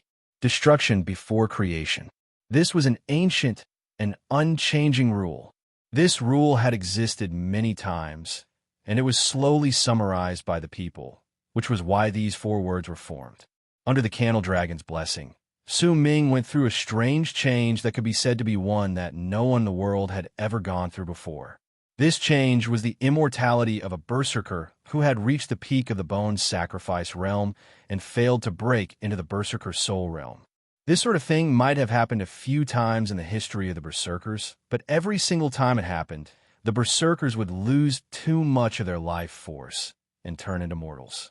However, due to the candle dragon's blessings, even though Su Ming's berserker bones had shattered, his power remained.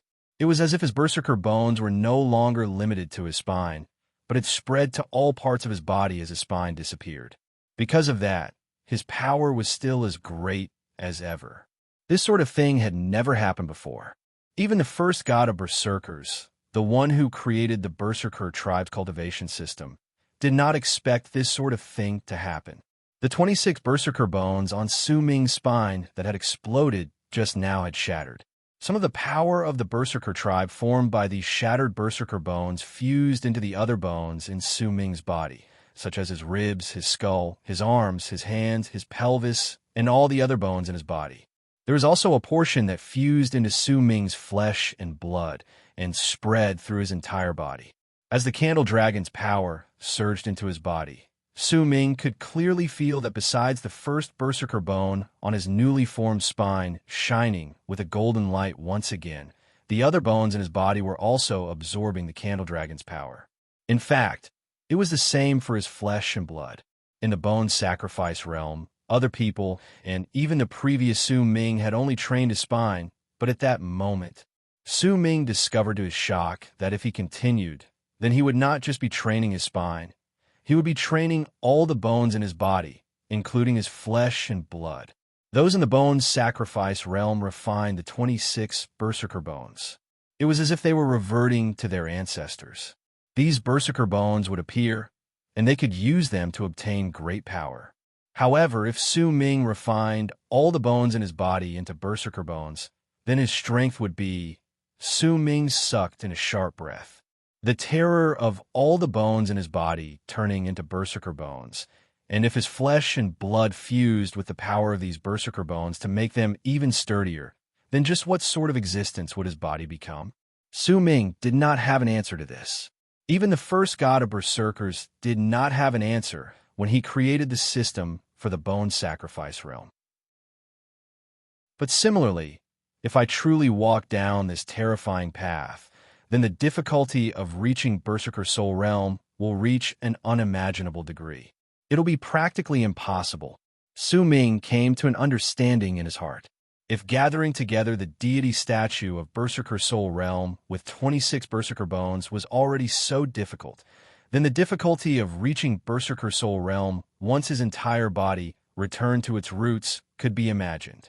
However, the way things had progressed did not allow Su Ming to hesitate. He could either continue trying to reach the Berserker Soul Realm, and if he failed, his body would crumble, and he could use his nascent divinity to possess someone else's body to recultivate. Otherwise, he would just walk down this path that no one had taken before. As for the matter of reaching the Berserker Soul Realm, he would think about it later. Besides these two paths, there was another one left, and that was to succeed in the Berserker Soul Realm.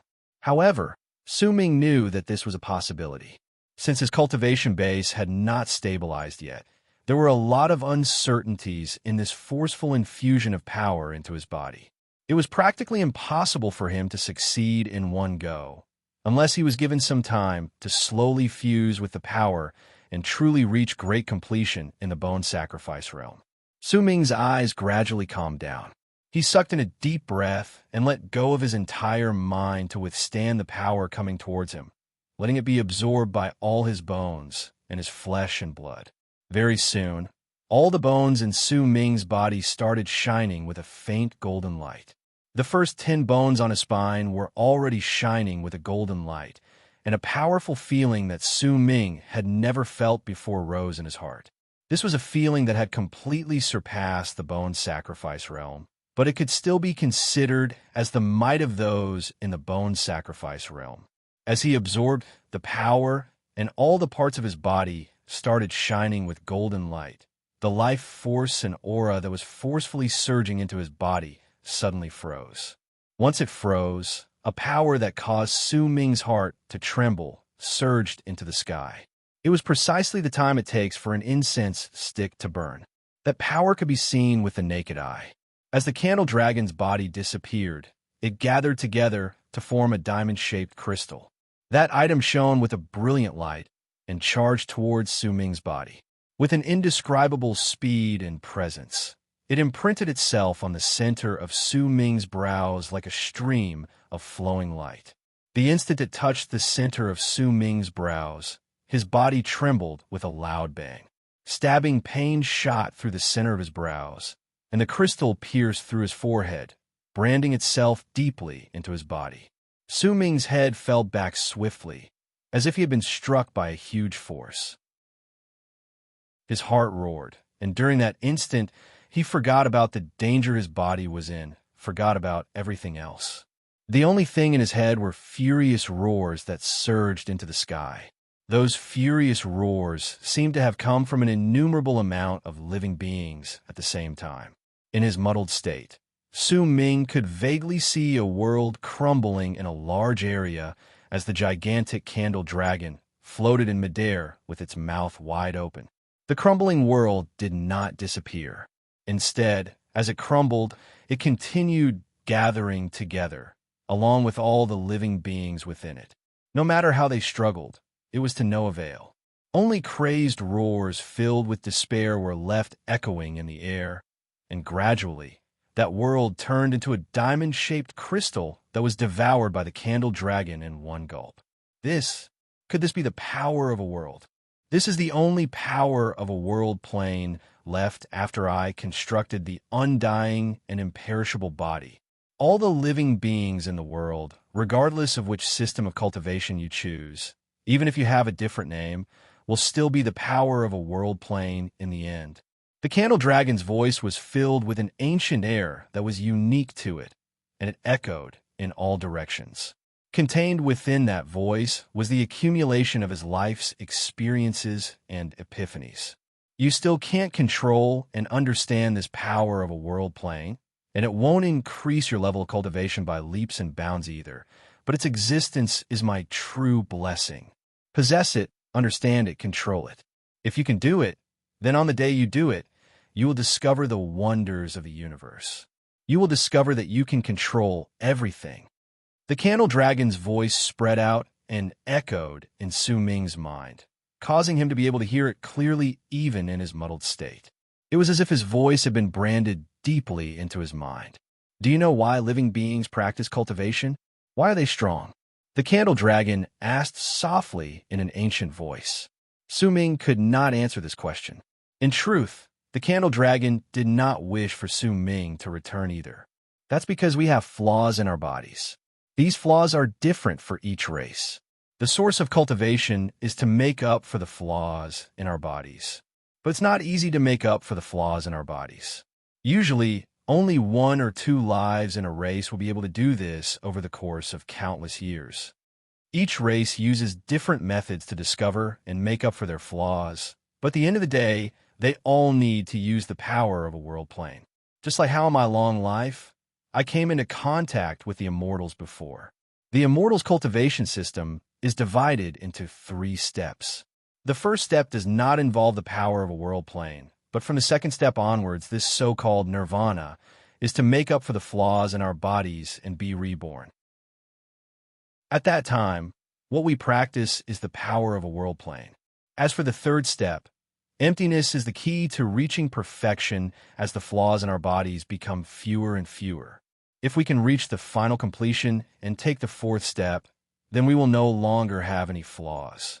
At that time, what we need to pursue is the power of a plain culpa.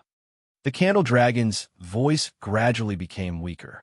These epiphanies were the most precious things in his life. It's the same for all races, such as the descendants of the immortals who are similar to the immortals. The fusion realm, the great realization realm, the ascension realm, and even the great overarching golden immortal realm are all for the sake of making up for the flaws in our bodies. The Berserker's goal after the Berserker Soul realm might be different in name, but in truth, it's to use the power of a world plane to make up for the flaws in our bodies. As the flaws in our bodies become fewer and fewer, we will become stronger, and in the end, we will reach perfection. Once Su Ming heard up to this point, his mind gradually cleared up. His heart trembled as if a storm was raging in it. He had never heard of these theories before, and they were words that made him feel as if a bolt of lightning had suddenly appeared in his head. The descendants of the Candle Dragon were born through a serendipity, but we also have flaws. We don't have a system of cultivation for this flaw, and the only way to make up for it is to devour, because I don't know where the flaw in my line lies. It might be the undying and imperishable world, or it might be the 9-headed dragon. That's why I can only continuously devour world planes in hopes that I can make up for it. Su Ming stared at the beautiful woman's head in a daze, and he remembered fusing with the undying and imperishable world. I've gone to many places when I was alive. The galaxy is endless, and I've even gone to 2 of the 4 great true worlds. I've only met 5 people who have reached perfection and have mastered the power of playing Culpa. They're the most powerful warriors in the galaxy and the 4 great true worlds. In truth, the 4 great true worlds have a unified title for the powerful existences who have reached this step in their path of cultivation. They are known as masters of fate, lives, and death. They control the reincarnations in the universe. And with a single thought, they create fate, and with a single thought, they destroy fate. All races have different titles for those in this realm, but all they seek is perfection. In truth, there are several other great realms above this realm. This is a legend. The woman's soft voice grew weaker as she spoke, and her words echoed in Su Ming's mind. Now that you have obtained the power of my world plane and have the descendants of the Candle Dragon acknowledge you as their master, my will is about to dissipate. Endure the final wisp of my life force. If you survive this, you could be reborn, but if you fail, you will die with me. At the instant the woman's head said these words, it completely rotted away and turned into ashes.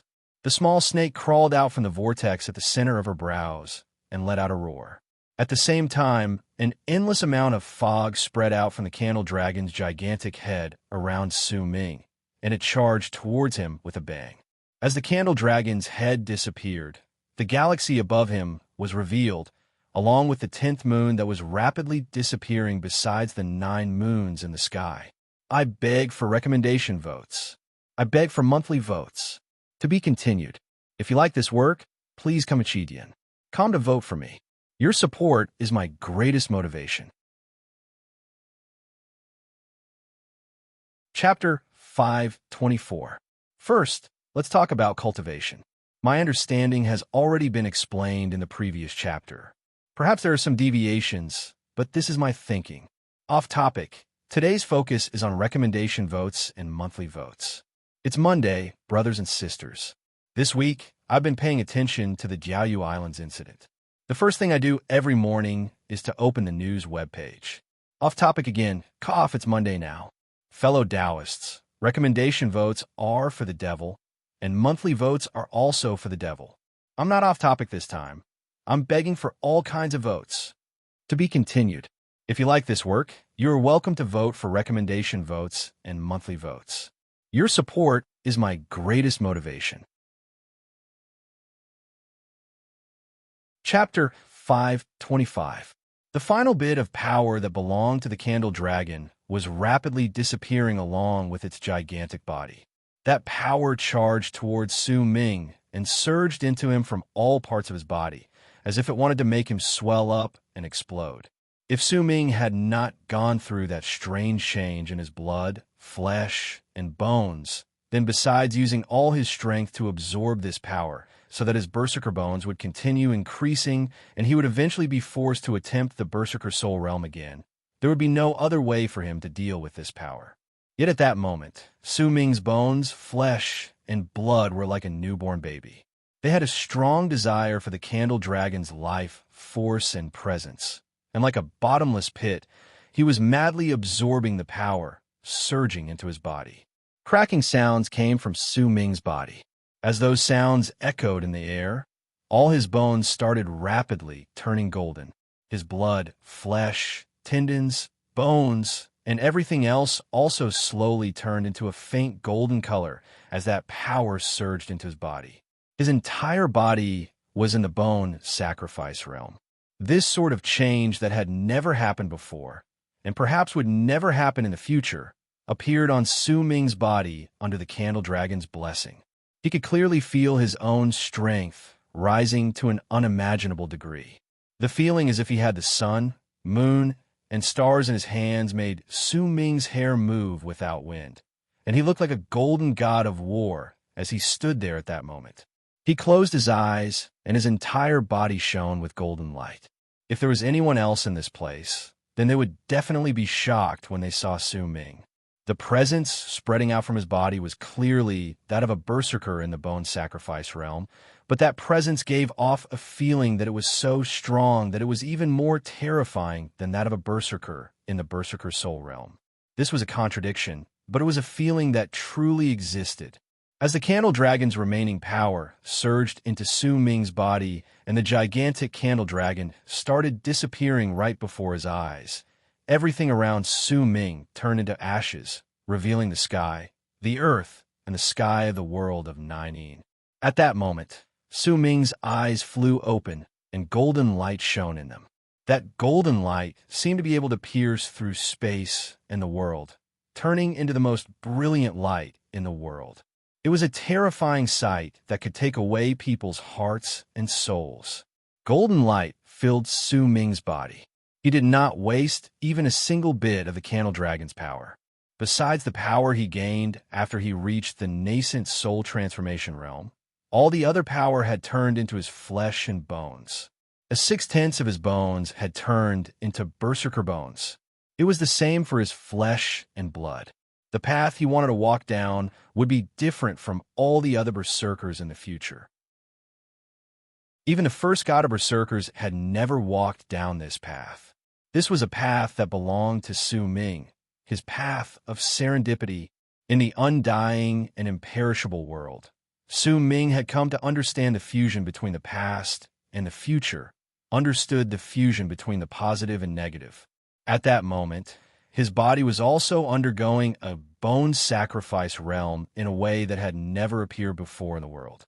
He might have seemed to be in the bone sacrifice realm, but in truth, could this bone sacrifice realm still be called that? Almost the instant Su Ming opened his eyes, the head of the woman before him disappeared, and the small snake hissed out. That small snake's appearance was not much different from before, but its eyes were bright and full of life. There seemed to be a vortex that could suck in a person's mind, causing all those who looked into it to feel as if their minds had gone blank. When the small snake saw that Su Ming was unharmed, it gradually stopped hissing.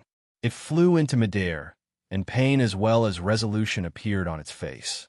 At that moment, cracks appeared on its body, and, as those cracks appeared, it looked as if it was shedding its skin. The small snake started trembling non-stop, and its body slowly elongated. Once it saw that Su Ming was safe, the small snake, who had obtained the legacy of the candle dragon, started evolving after it received the legacy, moving towards becoming a true member of the candle dragon tribe. Su Ming looked at the small snake. He could feel its determination and determination. This sort of shedding of its skin was a metamorphosis that would bring it back to its ancestors. It was the same as completely burning the little bit of candle dragon blood in its body and letting it spread through its entire body, turning it into a true candle dragon. With the help of the legacy, the small snake's chances of success will be incredibly high. That legacy was like a guide, like a lamp in the dark, giving the small snake a direction to go through its metamorphosis. Perhaps I can lend you a hand. Su Ming lifted his right hand and patted his storage bag. Immediately, a brocade box flew out. Once it flew out, it charged toward the small snake. During the process, the brocade box turned into ashes, and a purple shadow spread out from within.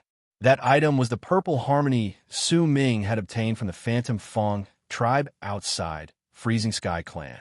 This was a mysterious item that could allow ferocious beasts to have a sliver of a chance to return to their ancestors. However, the risk was too great. If it did not succeed, they would die. That was why Su Ming did not dare use it on the small snake previously. However, now that the small snake had obtained the candle dragon's legacy, it meant that it had found the correct path. Because of that, the drawbacks of purple harmony were naturally removed, and what was left was a form of help. When the small snake saw purple harmony, its eyes shone with excitement. As it hissed, it charged towards the purple light and quickly fused with it. As it devoured and fused with the snake, the purple light filled midair like a layer of fog, making it difficult for anyone to see what was within. Su Ming stood there, and a faint golden light shone in his eyes. Immediately, his gaze pierced through the purple light, and he saw that the small snake was no longer in pain. Its body was going through a metamorphosis. Once he felt slightly at ease, Su Ming averted his gaze and lowered his head to look at his body. It did not look any different from before, but only Su Ming could sense just how strong he had become at that moment. With the help of my nascent soul clone and the poison corpse in the past, I was able to become a battle shaman, which means that I was only a berserker in the initial stage of the berserker soul realm. I wonder how far I can go without help now, Su Ming mumbled. He sucked in a deep breath and looked at his nascent divinity by his side. It had its eyes closed and was floating in midair, unmoving. As he looked at his nascent divinity, Su Ming fell into a moment of pensive silence. When he looked at his surroundings, he suddenly frowned. He remembered that when he entered the Candle Dragon's gigantic body, the Crimson Dragon had been unable to follow him due to the power blocking his path. The poison corpse in the Berserker Soul realm had also been left outside. Yao Yunhai's puppet body had also been left outside, along with the old spirit of Nine. Yet at that moment, once the Candle Dragon's body disappeared, Su Ming did not see the Crimson Dragon, the puppet, or the poison corpse in the area. The old spirit of Nine had also disappeared. Just how many years have passed? Su Ming fell silent. Just as he was about to avert his gaze from the area, a sharp glint suddenly appeared in his eyes. He saw a spot in the distance where the Candle Dragon's body had disappeared. There was a dark light shining. The fog in this place had long since disappeared. The area looked empty, and that dark light was incredibly eye-catching. When Su Ming saw that dark light, he lifted his right hand and seized the air. That dark light instantly charged towards him and floated before him. It was a snake scale. It was the Candle Dragon scale. It was a scale that remained even after its body was destroyed. Su Ming looked at the scale, and gradually, a strange light appeared in his eyes. The Candle Dragon's appearance is similar to that of a python.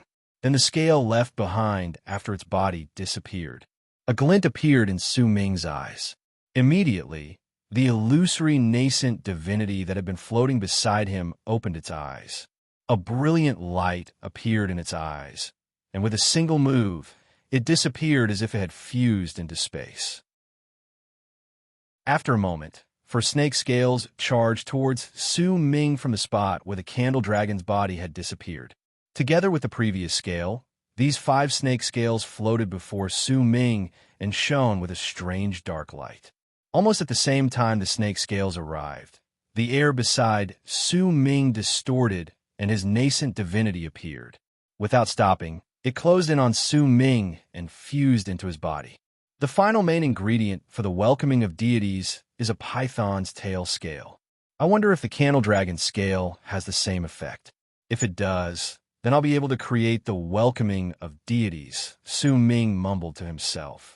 The first time he saw the welcoming of deities was when he was in Dark Mountain. So many years had passed since then.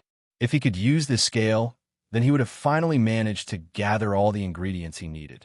Once Su Ming put away the scales, he sat down cross-legged on the ground.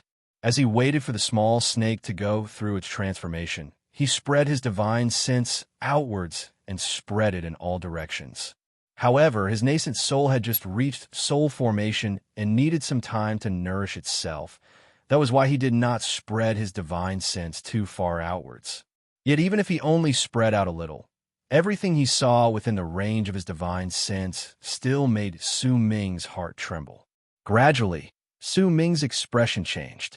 Sometimes he would be lost, sometimes he would be surprised, and sometimes he would be deep in thought.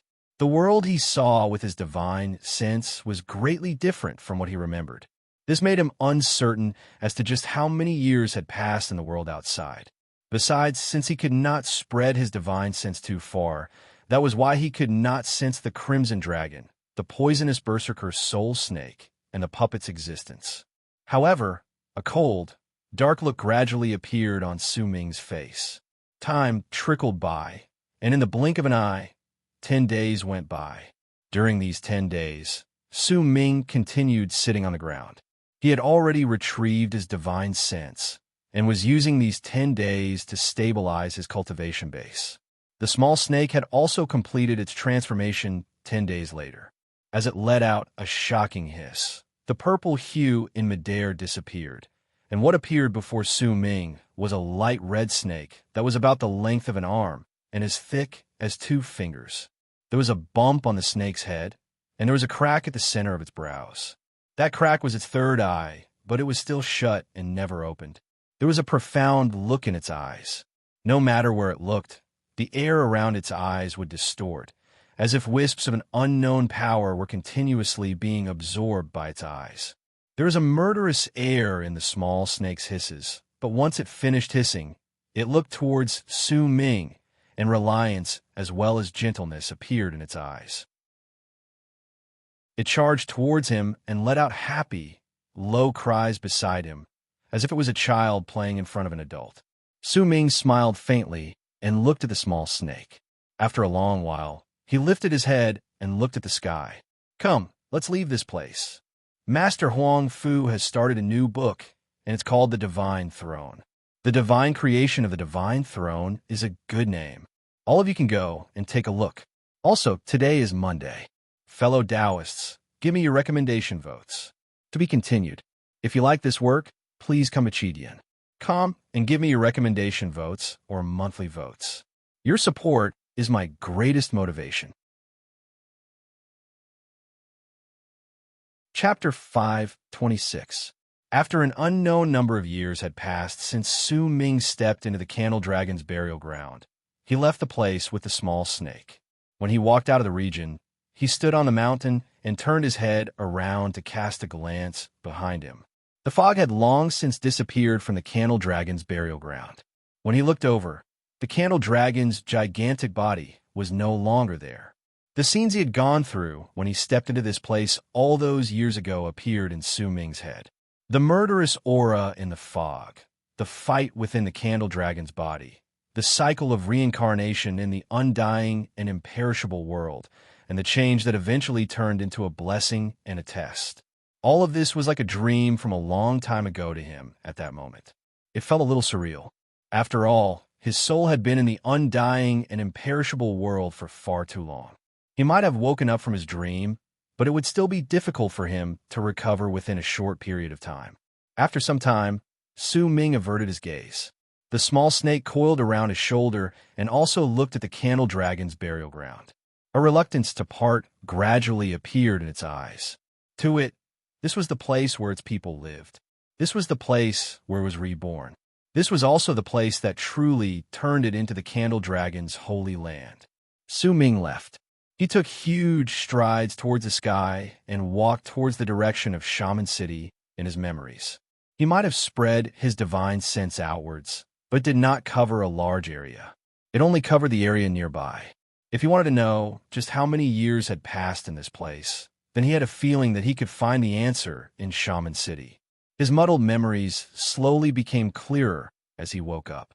Those memories felt incredibly distant to Su Ming, and he flew slowly in the sky based on his memories.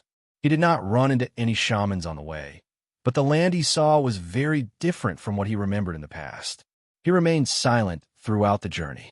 Several days later, when Su Ming arrived at Shaman City, he saw the wreckage on the ground. The wreckage of Shaman City and the wreckage everywhere made Su Ming fall even more silent. He stood in midair above the wreckage and looked at the ground. After a long while, he slowly descended and landed on the ground, then walked into the wreckage. As he walked through the ruins, a dazed look gradually appeared on Su Ming's face. Illusions seemed to appear before his eyes. Wherever he went, the prosperous state of the past would appear before his eyes, but the instant that prosperity appeared, everything would return to its current desolate state. What happened? Su Ming mumbled. His footsteps stopped in the ruins, and his gaze fell on a collapsed house. This was the inn he had stayed in the past. Su Ming stopped there for a moment, then continued moving forward. Slowly, he walked through the streets he had seen all those years ago and walked past the palace that was protected by the spirits of Nine. However, he did not see those palaces. It was as if they had been taken away into thin air by someone. That place was empty. Su Ming lifted his head. He did not see the gigantic stone pillar that shot into the clouds, and it was only natural that he did not see the gigantic head that had been propped up by the stone pillar in the past. He could only see the gigantic hole in the sky and the seal formed by the countless dried-up branches. When Su Ming arrived at the center of the ruins of Shaman City, which was also the center field of the place where the treasure gambling event was held in the past, his pupils shrank. He saw a gigantic pit on the ground. That pit was in the shape of a pentagon, and it occupied an area of about several tens of thousands of feet. Su Ming stood at the edge of the pit with a grave expression on his face. He crouched down and grabbed some dirt from the ground at the edge of the pit. There was some power contained within that dirt. "This is a rune." Su Ming lifted his head. The sky above the pit was where the hole was. Su Ming frowned. As he was immersed in his thoughts, he suddenly lifted his right hand and pointed behind him. That action was done very casually, but gave off a feeling that it had gone through millions of transformations. That one finger also seemed to contain the passage of time. It might seem simple, but in truth, the instant he pointed forward, a deep crack would appear in the air wherever that finger passed. It was as if even the air could not withstand the force of that one finger. A loud bang reverberated in the air, but Su Ming did not turn his head back. He continued looking at the pit before him, still immersed in his thoughts. However, a semi-transparent figure appeared in the empty space behind him. That figure exploded and turned into a wave of air that tumbled backwards, only disappearing when it was several thousands of feet away. Almost at the instant the semi-transparent figure collapsed and died, nearly 100 similar figures appeared in the air around Su Ming. These figures instantly stopped moving forward and floated in the air. When they looked at Su Ming, their gazes were filled with wariness. After a long while, Su Ming no longer thought about the function of the rune. His understanding of runes mainly came from his third senior brother, Hu Zi, and the other came from the Immortals runes that existed in Hong Luo's legacy. Vaguely, he could only tell that one of the functions of the rune was relocation. As for the others, he could not tell. Su Ming stood up and swept his gaze past the semi-transparent figures around him. At the instant his gaze came into contact with them, all of them shuddered and instinctively moved back. To them, Su Ming's gaze felt as if it had corporeal form, as if it could see through their bodies. Su Ming swept his gaze past the semi-transparent figures. Just as he was about to avert his gaze, a sharp glint suddenly appeared in his eyes, and all his gaze fell on a figure standing at the edge. That figure looked like a teenager. He was not tall, and his entire body was indistinct and semi-transparent. Su Ming looked at him and was momentarily stunned. He lifted his right hand and seized the air in the direction of the teenager. Immediately, the figure charged towards him uncontrollably. That figure floated before Su Ming. There was terror on its face, and it looked as if it wanted to struggle while letting out soundless screams. Su Ming looked at it.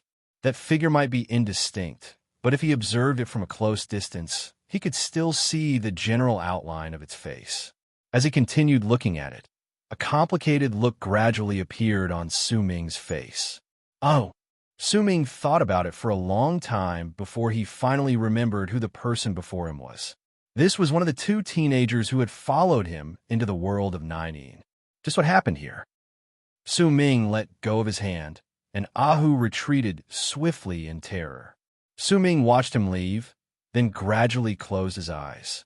He spread his divine sense outwards slowly, and with him, as the center, he spread it outwards. At that moment, he no longer cared about the fact that his nascent divinity still needed nourishment. He wanted to know what other changes had happened in the world of Nineteen. As he spread his divine sense outwards, he saw that there were tens of thousands of semi-transparent figures like Ahu in the entire Shaman City. These figures were hidden in the ruins, wandering about in a daze. They could not be seen with the naked eye, and could only be detected with divine sense. When Su Ming spread his divine sense outwards once again, he saw the vast land beyond the ruins of Shaman City, and he saw that everything was different. After a long while, Su Ming opened his eyes. He turned his head around and looked in a direction in the distance. Over there, his divine sense had detected a valley. He could sense some shamans in that valley. and he could also sense a group of living creatures with gigantic wings flying swiftly towards that valley. Judging by the number of these living creatures, there were about several hundreds of them, and all of them were roaring with a murderous aura that surged into the sky. It's a pity that my nascent divinity still needs a few more months of nourishment before I can completely spread out my divine sense. Now that I've spread it out like this, it'll be difficult for me to see everything clearly. Once I'm done nourishing my nascent divinity, then I'll spread out my divine sense again, and I'll be able to locate the poisonous snake in Berserker Soul Realm, the puppet, and the Crimson Dragon based on the connection I have with them. And that old man in black robes, I won't let him go. As long as he's still in the world of Nine, I'll have a way to find him. But there are shamans in this valley. I should be able to find the answers I want there. With one move, Su Ming turned into a long arc that charged into the sky and charged towards the valley. Due to the disappearance of the 10th moon in the sky, the valley where the shamans lived within the 1,000,000 leagues of the ruins of Shaman City was filled with anxiety. Most of them were in a state of anxiety, not knowing whether there would be any new changes in the world of Nine. In a corner of the valley was the old man in black robes, whose body gave off a rotten stench. At that moment, he shuddered. His right hand was a bloody mess, and he slowly lowered it from the center of his brows. With an anguished expression, the old man let out a long sigh. During that instant just now, besides him, no one else in the area had noticed a divine sense sweeping through the area. If he had not been constantly on guard and cast a secret art the moment that divine sense spread out, ignoring his injuries and completely wiping off his presence and existence to avoid being detected by that divine sense, then his tracks would have definitely been exposed. Destiny should be on his way here. The old man in black robes brought out a small black bottle from his bosom, and after a moment of hesitation, he put it away. He did not open it. I'm still missing 3 herbs for this core. If I eat it now, I'll only have a 10% chance of breaking the curse. If I fail, I'll lose my mind, and it'll be no different from death. But with my secret art, based on the ripples of his divine sense just now, he shouldn't be able to find me. If that's the case, as long as I hide myself well, I should be able to avoid this encounter.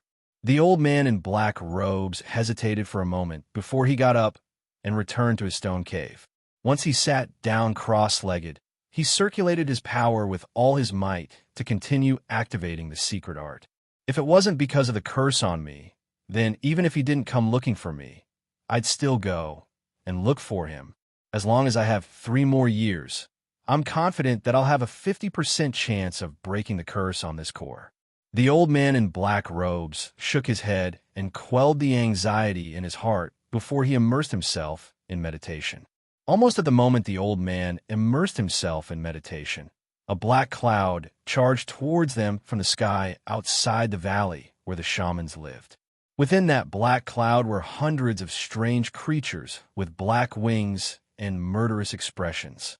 They rapidly approached the valley, and piercing howls reverberated in the air.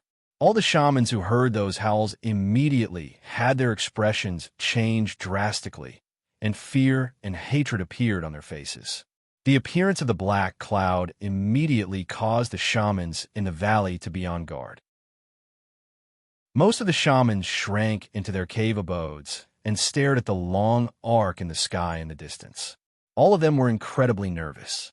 Nan Gong Hen stood on a stone platform in the valley. There were a dozen or so people dressed in rags behind him, and all of them were staring at the sky. "Sir, we've already arranged for the other tribesmen to hide themselves. We've also activated the protection rune to its maximum. The fiend bows have all been drawn, and we can bring out their might at any moment. The tunnel for the aura of death on the spirit medium's altar has already been opened. With the accumulation we've accumulated this time, we can release the power of the aura of death twice. The tribesmen who will offer up their lives are also prepared. They're willing to use their lives to maintain the activation of the protection rune. It's been 15 years. Nan Gong Hen listened to the words of the people behind him, then looked at the strange creatures in the black cloud that was charging towards them from the distance, and mumbled under his breath. It's been 15 years since Shaman City was destroyed, and there's still no news from the outside world. 15 years ago, we had nearly 10,000 people, but now we have less than 1,000 people left. Nan Gong Hen said in anguish. How many times have the sacred bats hunted us down? Fight, even if we die. Can anyone guess the shaman's plan in the world of Nine Een in the past? It's clear that their plan has failed. Perhaps everyone can guess a little. There is a foreshadowing before this. Please give me recommendation votes. Please give me monthly votes. To be continued. If you like this work, I welcome you to give me recommendation votes and monthly votes. Your support is my greatest motivation. Chapter 5:27. Black clouds closed in on the valley where nearly 1,000 shamans lived. Hundreds of winged sacred bats could be seen densely packed together, and all of them had ferocious looks on their faces.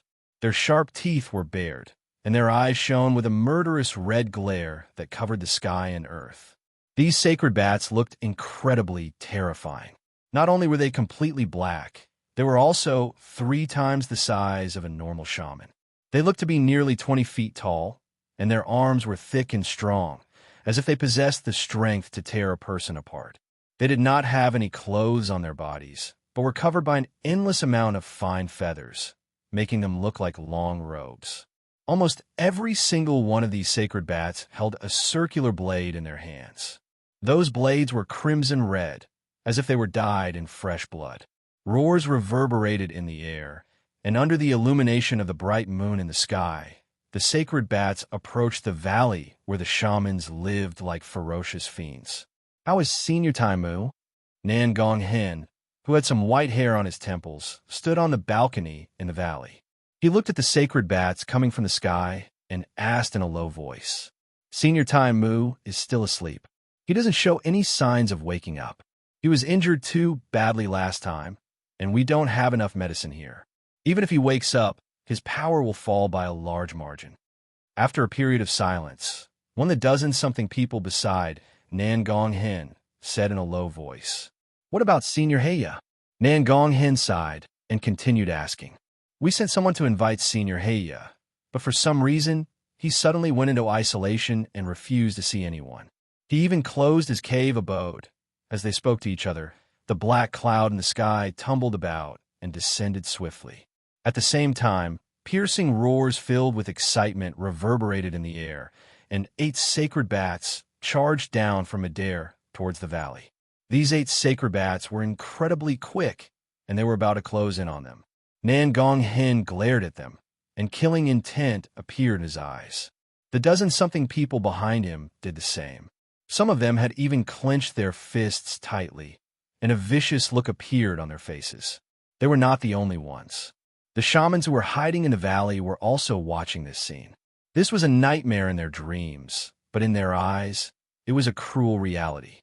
In the span of a breath, the 8 sacred bats were already less than 200 feet away from the top of the valley, but just as they charged another 100 feet forward while roaring in excitement, a loud bang reverberated in the air, and an illusory screen of light appeared outside the valley.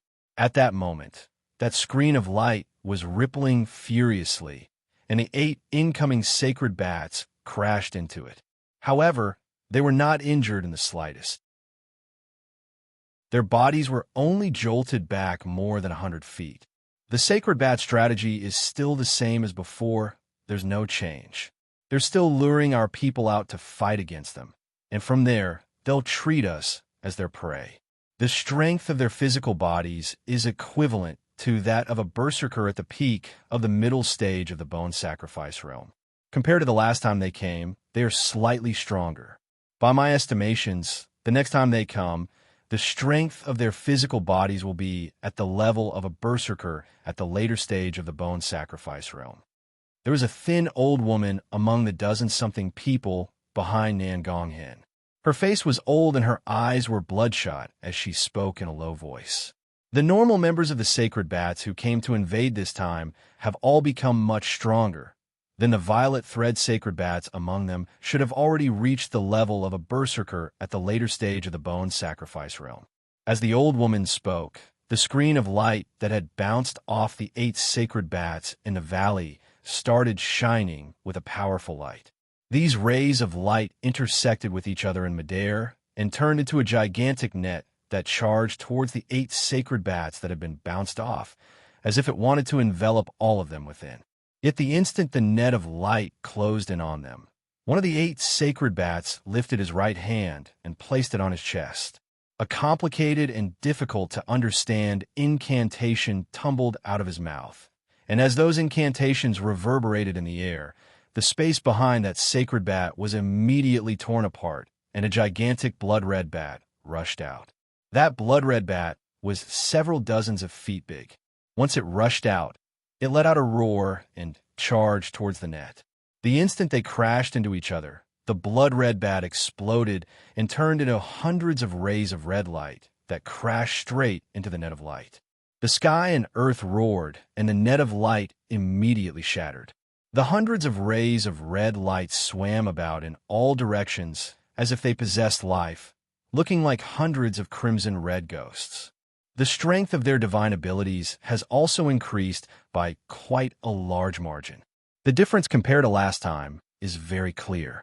Right now, these normal sacred bats already possess the power equivalent to a medial shaman in the middle stage. In this battle, if no accidents happen, and if we don't give them any offerings, then as long as we can maintain the screen of light, then the chances of us winning will be 6/10.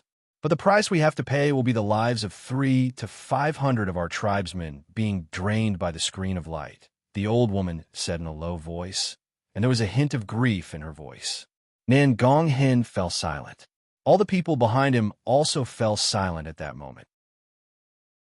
At that moment, another dozen-something people charged out from the dark, tumbling layers of clouds in the sky, and charged towards the screen of light along with the 8 sacred bats from before. Booming sounds reverberated in the air. As the screen of light flashed viciously, there was a spot in the valley underneath that had been dug out. There was a gigantic rune that was about 1,000 feet in size there, and there were 30 shamans sitting cross-legged on that rune at that moment. These shamans were all skinny and their faces were pale. As they sat cross-legged, the power of the shamans in their bodies was continuously sucked away by the rune, turning into the source that supported the rune's operation. The rune was not still, but was continuously flashing. The frequency at which it flashed was directly proportional to the rate at which the rune outside was being attacked. As the rune flashed even more violently, the 30-something shamans shuddered, and some of them coughed up blood. When they swayed and looked as if they were about to fall, the people around them immediately went up to support them, and there were people sitting on the rune again to maintain its operation. The people who were supported also started exercising their breathing by the side without any hesitation, trying to recover as much of their strength as possible. However, there were still a few of their tribesmen who laughed brokenly as their bodies rapidly withered away as the rune continued flashing and absorbing their power. In the end, once they turned into skeletons, they turned into ashes and disappeared. All their lives and aura became a part of the rune that maintained the rune. As time passed by, the number of sacred bats attacking the screen of light in the sky outside the valley had already reached 100. These sacred bats continued attacking the screen with strange cries, causing the screen of light to let out sounds that could no longer hold on, as if it was about to shatter at any moment. "Sir, let's attack. There are already 16 of our tribesmen whose lives have been sucked dry while maintaining the rune." Anxious words came from the dozen-something people behind Nan Gong Hin. Nan Gong Hin fell silent, then shook his head with a pale face. Booming sounds reverberated in all directions, and after a moment, the number of sacred bats attacking the screen of light had already reached 150-something people. Their roars were enough to make all those who heard them feel their hearts tremble. "Wait a little longer. We only have one chance. We can't waste it." Nan Gong Hin gritted his teeth and mumbled under his breath. "Sir, there are already 43 of our tribesmen who died while maintaining the rune. If we continue waiting, the number of deaths will increase by leaps and bounds." Nan Gong Hin looked at the nearly 200 sacred bats outside the screen of light. then looked at the black cloud above them and gritted his teeth. "Prepare the fiend bows." As he spoke, someone immediately retreated swiftly, and in the span of a dozen-something breaths, 9 men walked out from some of the cave abodes in the valley. These 9 men were all battle shamans. They stood on the balconies outside their cave abodes and lifted their heads to look at the sky. Each of them held a large black bow in their hands. Those bows were the height of a grown man, and the 9 men each held one of them. They used all their strength to slowly draw the bowstrings, and at the instant they drew the fiend bows, 3 spirit mediums, 3 soul catchers, and 3 thought soothsayers walked out from behind these 9 people. The spirit mediums chanted softly, and immediately a thick wave of aura of death gathered at the bottom of the valley and charged towards the fiend bows the 9 battle shamans had drawn, turning into 9 indistinct arrows. The soul catchers opened their eyes, and waves of strange power that belonged to soul catchers reverberated in the air, as if their minds were gathered on the fiend bows and did not disappear for a long time. The thought soothsayers closed their eyes, as if they were meditating. At the instant they did so, a white light immediately appeared in the enraged eyes of the 9 battle shamans, as if they had lost their minds at that instant. Their white eyes looked empty. "Draw the fiend bows," Nengong Hen roared. At the instant his voice reverberated in the valley, the 9 battle shamans with a white light in their eyes roared and drew the fiend bows a little further. Their shoulders and arms were torn apart, and as blood filled the air, they still persevered and drew the fiend bows completely before letting go. Buzzing sounds instantly reverberated in the valley and rose into the air. At the same time, it was as if there were 9 black dragons charging out of the valley at an incredible speed. They shot through the protective screen of light and appeared right among the 200 sacred bats outside the screen of light. Shrill screams of pain instantly rang through the area. With a wave of madness and an indomitable force, the 9 arrows shot through the bodies of the 9 sacred bats, and right at the instant the arrows pierced through them, the remaining force did not disappear, and they shot through them once again.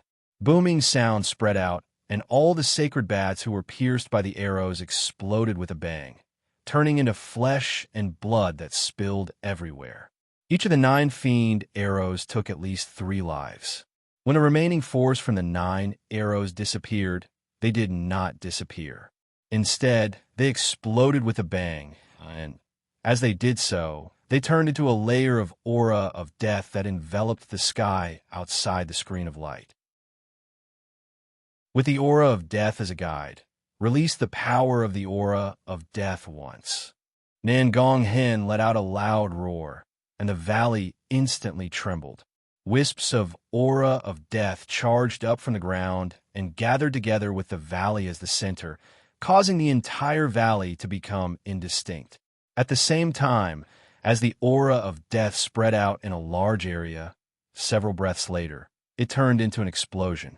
With a bang, all the aura of death in the valley rushed out like a gigantic pillar of air that charged into the sky and crashed into the sacred bats. To be continued. If you like this work, please come Achidian. Come and vote for me. Your support is my greatest motivation.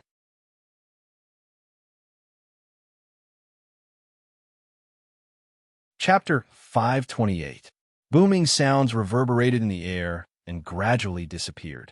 The black clouds in the sky were no longer there, turning into scattered wisps of fog that spread out in all directions. There were less than 100 sacred bats left from the hundreds of them, and they retreated in all directions in the sky. A large amount of flesh and blood fell from Adair. The shaman's fiend bow and the explosive attack from the aura of death could be said to be the shaman's final strength. It was also because of this strength that they had been able to last 15 years in this place. However, the price they had to pay for this strength was also incredibly great. The fiend bow could only be used once, and it was not because the enchanted treasure was ineffective, but because there was no battle shaman who could draw the bow twice in a short period of time. Each time they drew the bow, their bones would shatter as the price. They would need to heal their wounds, and then, as the people who were to be protected, they would play an important role in the next battle. As for the impact from the aura of death gathered by the Beastbone altar, this power could not be accumulated by humans.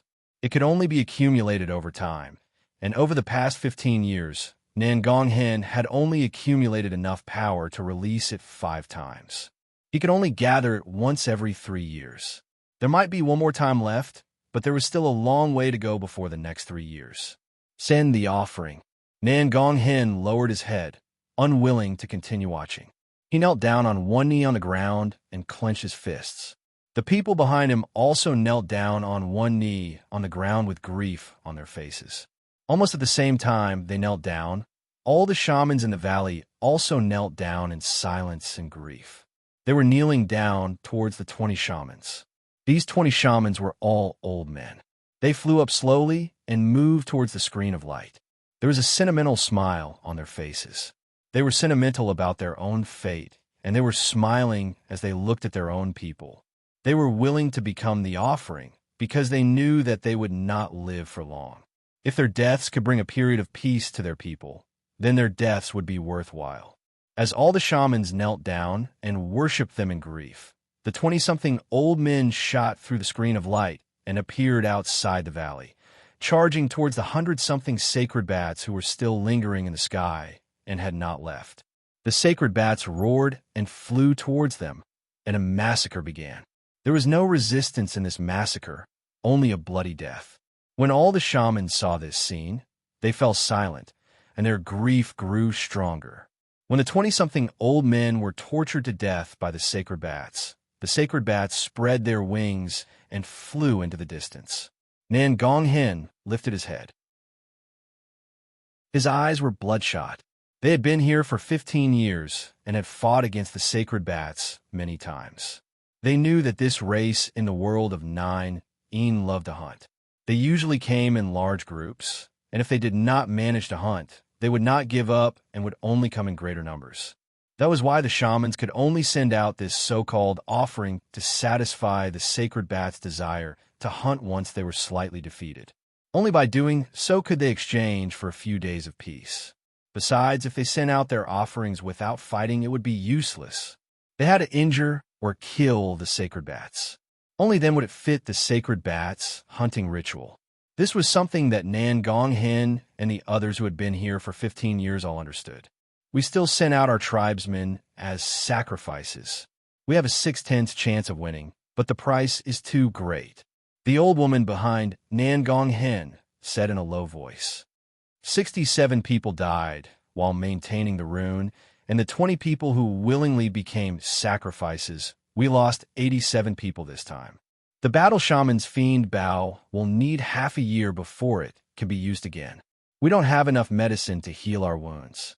We need to send someone to take the risk and go to Shaman City to search for medicine. The aura of death on the altar can only be used once more.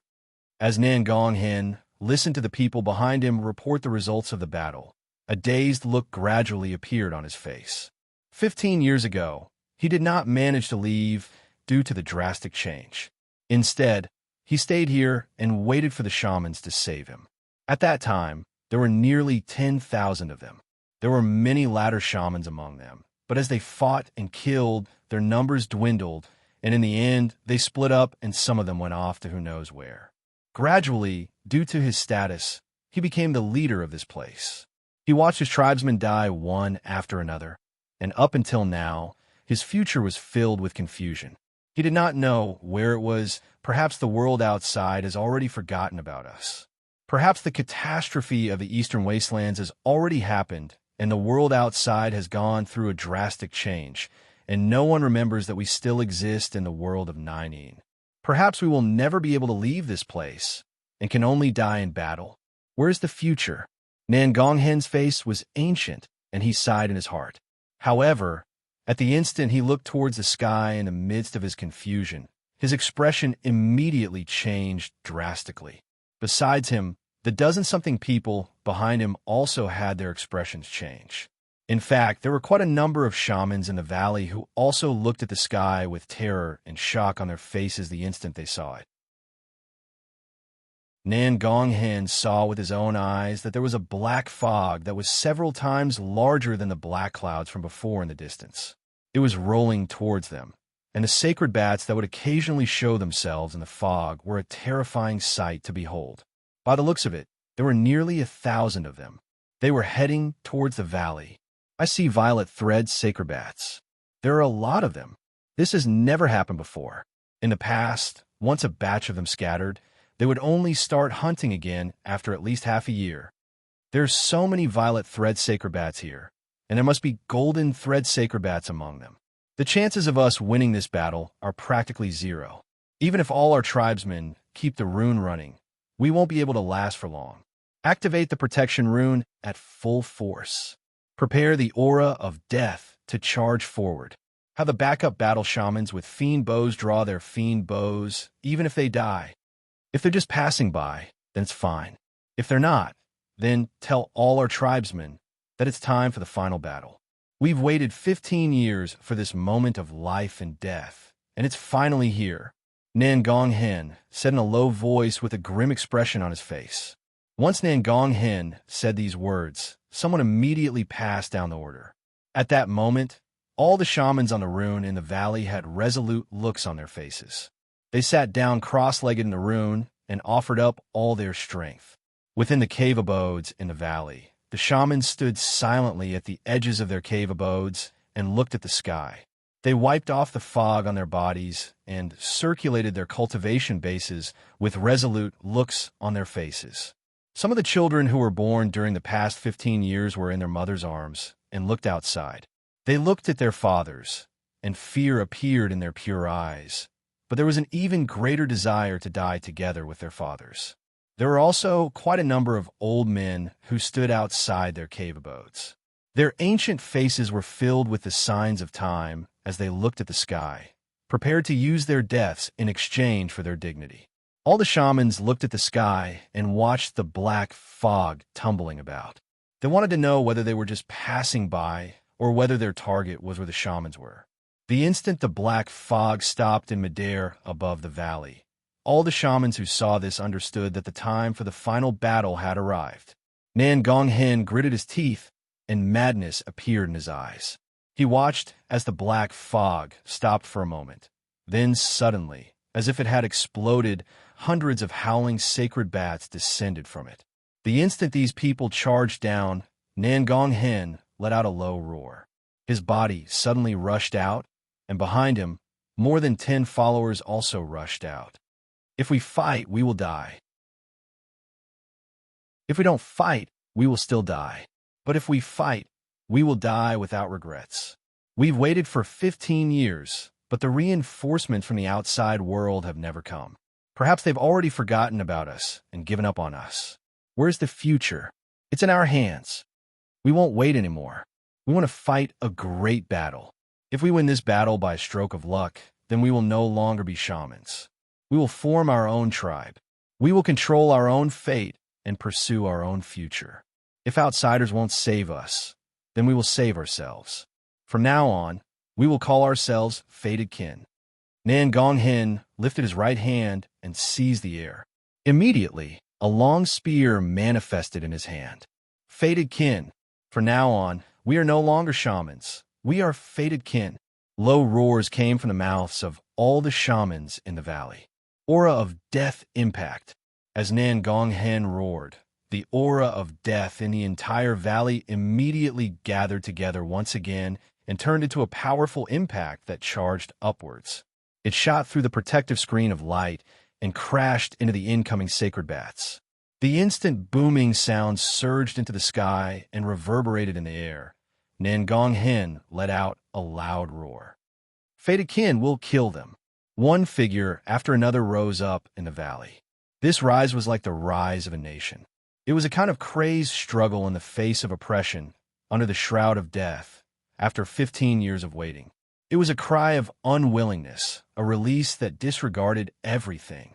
Besides some shamans who were still maintaining the operation of the rune and protecting the children in the valley who were still sitting cross-legged on the rune and channeling their power into it, more than 500 shamans rushed out of the valley and engaged in a battle of life and death against the sacred bats who were being attacked by the aura of death. You overestimate yourselves. A cold harumph reverberated in the black fog in the sky, and as the black fog spread outwards, 10 sacred bats with a distinct purple line at the center of their brows walked out. Behind them was a gigantic sacred bat that was 50 feet tall, with a golden line at the center of his brows.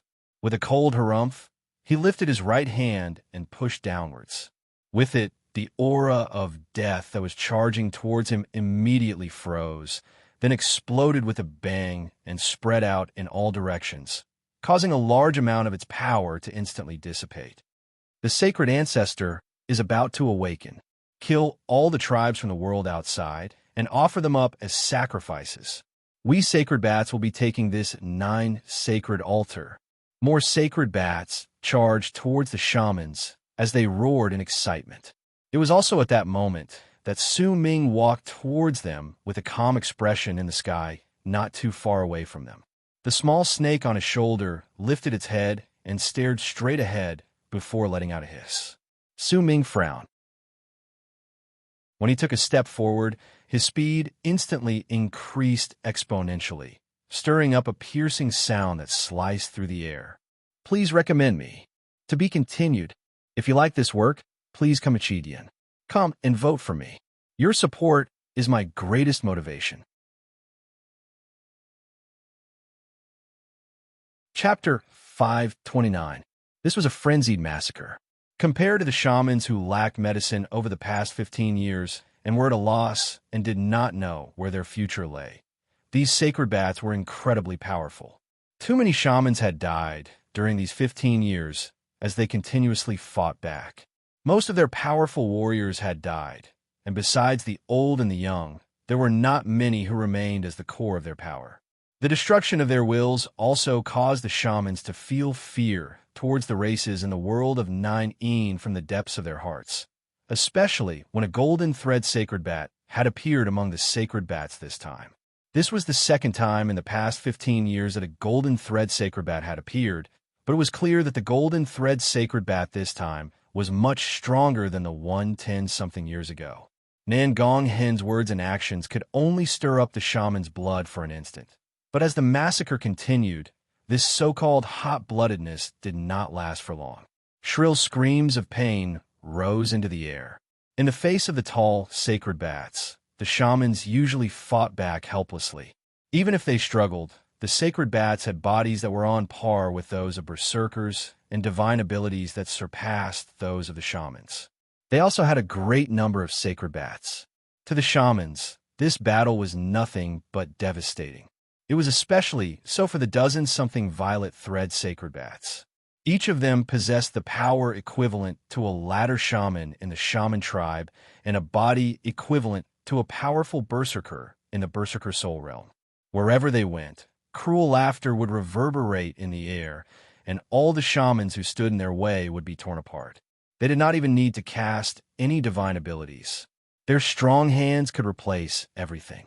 Heads were separated, limbs were separated, and flesh and blood splattered everywhere, turning into a picture that would last for eternity in the sky. Nan Gonghen coughed out a mouthful of blood. With a low growl, the long spear in his hand pierced through the center of a sacred bat's brows. He lifted his left hand and swung it forward. Immediately, a large amount of aura of death gathered and turned into a vortex around his body. A large amount of dead souls appeared from that vortex and charged towards the area. He was a spirit medium, but even though he was a spirit medium, and even though most spirit medium shamans sympathized with the dead and treated the living coldly, Nan Gonghen was different. The spirit medium shaman could not suppress his natural forthright personality. This was also one of the main reasons why he could not become a ladder shaman. Behind him, the number of shamans continued to decrease as they died. As the booming sounds of self-destruction reverberated in the air, the battle reached its peak. The ones who self-destructed were the old shamans. Their destruction before their deaths stimulated all the shamans. Fight or die, Nan Gonghen roared. Fight for ourselves. Fight for the fated kin. change our own destinies in the midst of slaughter, fight for a future in our madness. All the shaman's eyes had already turned bloodshot. If one of them could not win against the sacred bats, then they would send two. If two were not enough, then they would send three. Yet even so, in a situation where the number of sacred bats did not lose to that of the shamans, the deaths of the shamans continued increasing. Blood filled the air, and shrill screams of pain reverberated in the air. To Nan Gonghen's right, he saw with his own eyes a member of his tribe having his head torn off. Blood gushed out, and a few drops fell on his face. In that short amount of time, there were only less than 300 shamans left from the 500-something shamans. They could no longer continue charging forward. Instead, they were continuously forced back by the incoming sacred bats, and they continued retreating until they retreated to the protective screen of light.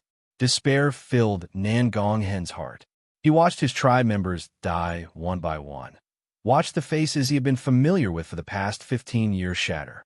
He watched all of this, but he was powerless to change it. However, when they retreated to the side of the protective screen of light, suddenly, a gigantic palm manifested in the sky and charged towards Nan Gonghen and the shamans at a shocking speed. From the distance, that palm was incredibly huge. It was several thousands of feet in size, and as it pressed down, booming sounds rang in the air. The sacred bat with the golden thread at the center of his brows lifted his right hand above the palm and pushed it down slowly. A derisive and disdainful look appeared on his lips. To him, the outsiders were so weak that they could not even withstand a single blow. Nan Gonghen let out a roar and veins popped up on his face. All the tribe members behind him circulated all their strength madly, wanting to fight against that gigantic palm. If they could not fight against it, then while their deaths were secondary, the protective screen of light might not be able to last for long. Once the screen of light shattered, then the children in the valley and the injured tribe members would have to face a massacre that they would not be able to fight back against. When the palm was already less than 500 feet away from them, an old growl traveled out from the valley, and an old man with white hair and a pale face charged out from the valley. He was so quick that in the blink of an eye, he shot through the screen of light and moved past Nan Gonghen and the others. Above them was a person who lifted his right hand, clenched his fist, and threw a swift punch at the gigantic palm pressing down on him. "Senior Taimu! It's Senior Taimu!" Excited cries came from the crowd. This old man was naturally Taimu, who had been injured in the previous battle and was still in a coma, unable to recover from his injuries. When the entire valley was faced with such a crisis, he had woken up. At that moment, he attacked without any regard for his own safety. At the instant his fist came into contact with the gigantic palm, Taimu coughed out a large mouthful of blood. A mist of blood erupted from his entire body, and he was sent tumbling backwards like a kite with its string cut. Is this the strongest power of the outsiders in this place? You're so weak, you can't even withstand a single blow. All outsiders should die. An aloof voice traveled forth from the sky. The sacred bats floated in all directions, and their faces were filled with derision. The dozen-something violet thread sacred bats were laughing coldly as they watched the scene beneath them. The person who said those words was the person with the golden thread at the highest point in the sky, the one who had swung that gigantic palm. Nan Gonghen sank into despair. He immediately went up to support Taimu. Taimu's face was drained of blood, and his eyes were tightly shut. He was already heavily injured to begin with, and now that he had forcefully attacked, he was heavily injured again. At that moment, his life was hanging by a thread. The gigantic palm charged towards them with loud booming sounds. Just as it was about to touch Nan Gonghen and the others, Nan Gonghen let out a low growl, and all the shamans entered the screen of light. They watched as the palm instantly touched the screen of light, and with a loud bang that shook the sky and earth, the screen of light exploded, turning into an endless amount of shards that scattered in all directions. At that moment, the entire valley no longer had any form of protection. The gigantic palm did not disappear after the screen of light shattered. Instead, With a method that seemed as if it could destroy everything in its path, it pressed down on the shamans in the valley. The mountain shattered, and a large amount of shattered stones fell off, turning into dust.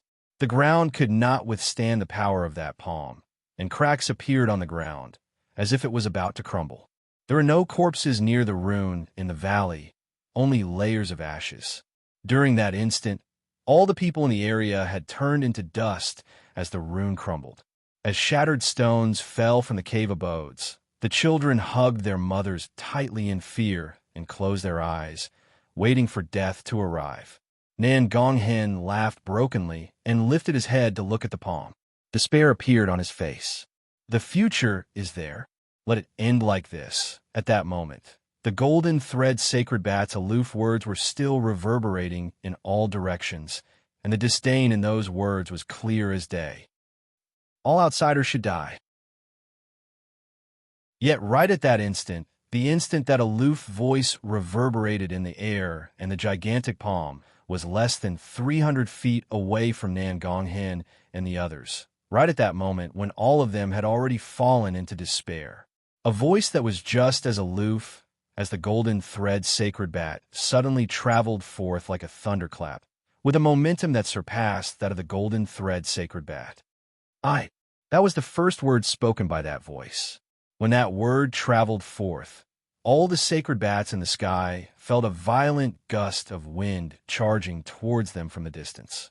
The strength of that gust of wind was like the furious roar of the heavens, and their bodies were swept away uncontrollably. That was the second word spoken. When the first word traveled forth, it gave the impression that it came from the distance, but when the second word appeared, it gave the impression that it was right beside their ears. It was like a clap of thunder, causing all the sacred bats to feel their hearts and minds rumble at the same time. A ray of golden light appeared in the valley at an indescribable speed, under the gigantic palm pressing down on them. That golden light turned into a person. His face could not be seen clearly, but they could see him lifting his right hand and stretching out a finger. Then, in a seemingly casual manner, he tapped the center of the gigantic palm.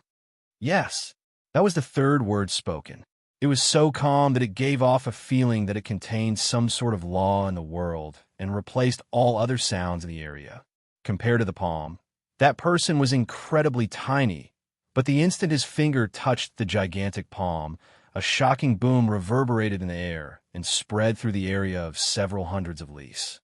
As it rumbled, a wave of impact also spread out in all directions like a violent gust of wind, like a raging wave sweeping through the area. The gigantic palm started trembling under that rumbling sound and started shattering inch by inch. Eventually, it exploded and turned into a wave of impact that charged backwards into the sky. Outsider. Those were the last two words that the figure slowly uttered as the palm crumbled and tumbled back. At that moment, violent gusts of wind howled in the area. The person stood in midair with his long hair dancing in the wind. His robes were as white as snow, and his face was handsome. There was a diamond-shaped brand at the center of his brows, and on his shoulder was a small snake that had its head lifted up and was hissing. As he stood there, he attracted all the people's gazes. That person's eyes were profound, as if the entire universe was contained within them. Waves of golden light shone from his body, and that golden light spread out from all parts of his body, causing him to look as if he was wearing a layer of golden armor. Besides the profound look in his eyes, there was also a feeling that could make people's hearts tremble in fear. All the sacred bats who met his gaze felt their minds rumble, as if their bodies were about to crumble just by looking at him. This was a form of strength, a strength that surpassed all the other powers in this place. I'm begging for recommendation votes and monthly votes in a heart-wrenching manner. To be continued. If you like this work, please come to Chidian. Come and vote for me. Your support is my greatest motivation. Chapter 530. This was an awe-inspiring presence. It was an awe-inspiring presence that could shatter that palm with just one finger, that could make the battle stop with just one sentence, and that could make the sacred bats' hearts and souls tremble in shock with just one gaze. I'm also an outsider. Su Ming lifted his head and looked at the sacred bats in the sky, then at the golden thread sacred bat whose expression had changed drastically at the highest point in the sky.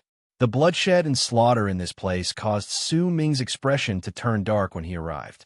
If he had come a little later, then there might not have been a single survivor in this place.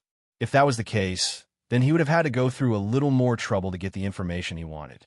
Besides, even though the ones who died were shamans, even if they were shamans, their appearances were the same as berserkers.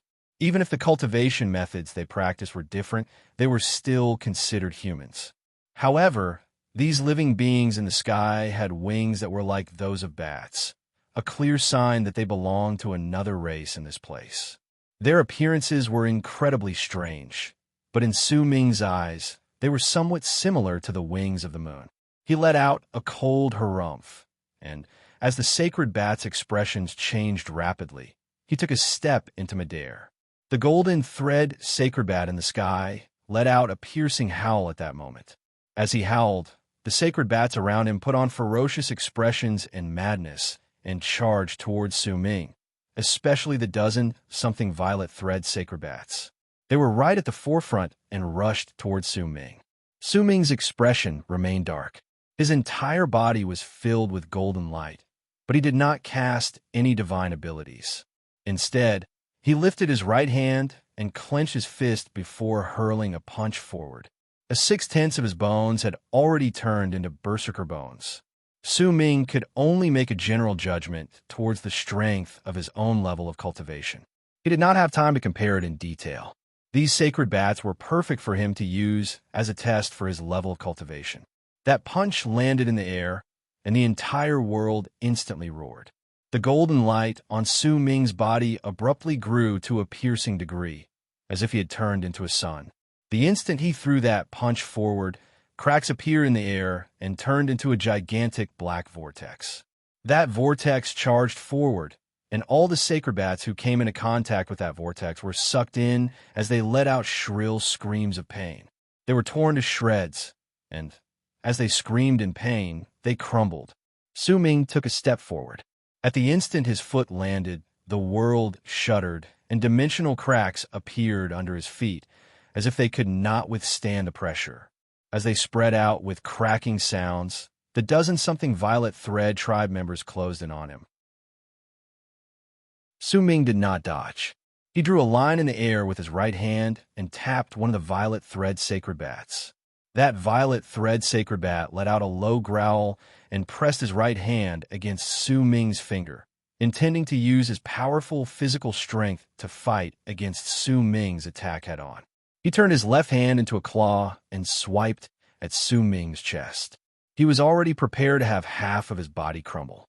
In his mind, even if half of his body crumbled, he would still try to injure Su Ming. However, he did not expect that the instant his right hand touched Su Ming's finger, he immediately felt an indescribable power erupt from his right hand. In the span of a breath, he lost consciousness and sank into eternal oblivion. In the eyes of others, the violet thread tribe member's body had exploded with a bang when Su Ming pointed at him, turning into a large mass of flesh and blood that tumbled backwards. It was as if the power contained in Su Ming's finger was enough to destroy the world. Killing a violet thread sacred being with one finger was not something that had happened slowly. Instead, it had happened in an instant, and it was so quick that even the pupils of the golden thread sacred being shrank. Once the shamans underneath saw it, they let out loud cheers. However, the moment those cheers rang out, they immediately fell silent, because the shamans underneath saw with their own eyes that after one of the violet thread sacred bats died, the others instantly closed in on the golden figure before their eyes and attacked together, all of their attacks ramming into that golden figure's body. Su Ming did not dodge. He simply allowed the violet thread sacred bat's attacks to land on his body. The violet thread sacred bats' faces turned ferocious, and crazed killing intent appeared on their faces, but their ferocious expressions and killing intent froze in an instant. Too weak. Su Ming shook his head. With the strength of his body at that moment, he did not feel too affected by these attacks. Only his chi and blood tumbled about slightly. He sucked in a deep breath, and all the berserker bones in his body swiftly erupted outwards. This was the power of Su Ming's bone sacrifice, and it was the strongest power contained within his physical body at that moment. The instant that power erupted outwards, the golden light on Su Ming's body covered 1,000 feet. Booming sounds rang out, and as pained screams rang out, the violet thread sacred bats who had attacked Su Ming just now coughed up blood and tumbled backwards. Some of their bodies even started crumbling. Su Ming's expression remained as calm as ever. He lifted his right hand and seized the air. Immediately, a violet thread sacred bat who was tumbling backwards charged towards Su Ming against his will. Su Ming seized that sacred bat's neck, and with a light squeeze, that sacred bat's entire body immediately let out a bang and fell to the side dead. "You're so weak, you can't even withstand a single blow." Su Ming let go of his hand. When the violet thread sacred bat's corpse fell to the ground, Su Ming lifted his head and looked at the golden thread sacred bat, standing at the highest point in the sky with a dark expression on his face. His words were exactly the same as what the golden thread sacred bat had said to the fated kin just now. The hundreds of sacred bats who had originally wanted to charge towards Su Ming all had shocked expressions on their faces. With great terror, they retreated, and not a single one of them dared to take even half a step forward. "Who are you?" the golden thread sacred bat asked darkly. Su Ming might have lifted his head from below, but the golden thread sacred bat still had the misconception that he was being looked down on, and it made him feel shocked. Su Ming's appearance and the shocking presence and murderous intent he exuded made the golden thread sacred bat feel as if he was about to suffocate. One of the reasons why he had brought so many of his tribe members to the valley where the shamans lived was to occupy the altar here. However, the matter of occupying the altar could be brought forward or delayed. Besides, this was the border between the three races, and based on the promise made by the spirits of Nine, they had to give the shamans a chance of survival. That was why the shamans had been able to survive until this day. If nothing unexpected happened, then the shamans would continue becoming weaker, but they would not be destroyed within a short period of time. They would only slowly turn into slaves and prey. However, there was a very deep reason behind why he had chosen to come at this moment. That reason was the disappearance of the 10th moon. At the same time the 10th moon disappeared, the 4 remaining golden thread sacred bats among the sacred bats sensed their sacred ancestors' call at the same time. There was a will clearly expressed in that call, and within that was a thirst for the blood, flesh, and souls of outsiders to be sacrificed. That thirst might have belonged to a single person, or perhaps it belonged to a single race. The details of the thirst were rather vague, which was why they had killed just now. All the souls of those who had died had been taken away by the sacred bats in secret. Even the blood and flesh that had spilled onto the ground had been taken away. However, as Su Ming appeared and the sudden change in the slaughter, the golden thread sacred bat's expression changed drastically. He had a vague feeling that perhaps the sacred ancestor did not desire all the outsiders, but a powerful berserker among them. Su Ming remained calm. He did not bother himself with the golden thread sacred bat, but instead turned his head around to look at the hundreds of shamans who were staring at him blankly. He swept his gaze past these people before eventually fixing his eyes on Nangonghen. All the shamans who met his gaze had a zealous look in their eyes. They lowered their heads, and their expressions were respectful. They might not have known that Su Ming had come, but his appearance had saved them from danger. His attack just now had also made them incredibly excited. It was the same for Nangonghen. When Su Ming looked towards him, Nangonghen immediately wrapped his fist in his palm and bowed towards him respectfully. "I am Nangong of the fated kin. Greetings, senior.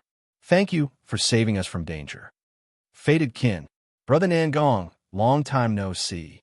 When we parted ways that day, I didn't expect that when we meet again, I would feel as if the world has changed." Su Ming spoke slowly, and there was a hint of emotion in his voice. "Senior, you are." When Nan Gonghen heard Su Ming's words, he was completely stunned. He widened his eyes and looked at Su Ming carefully. Gradually, the confusion on his face turned to puzzlement, then from puzzlement to uncertainty, and eventually, his expression changed completely to one of disbelief. "Mo Su. You're Mo Su." Nan Gonghen was stunned.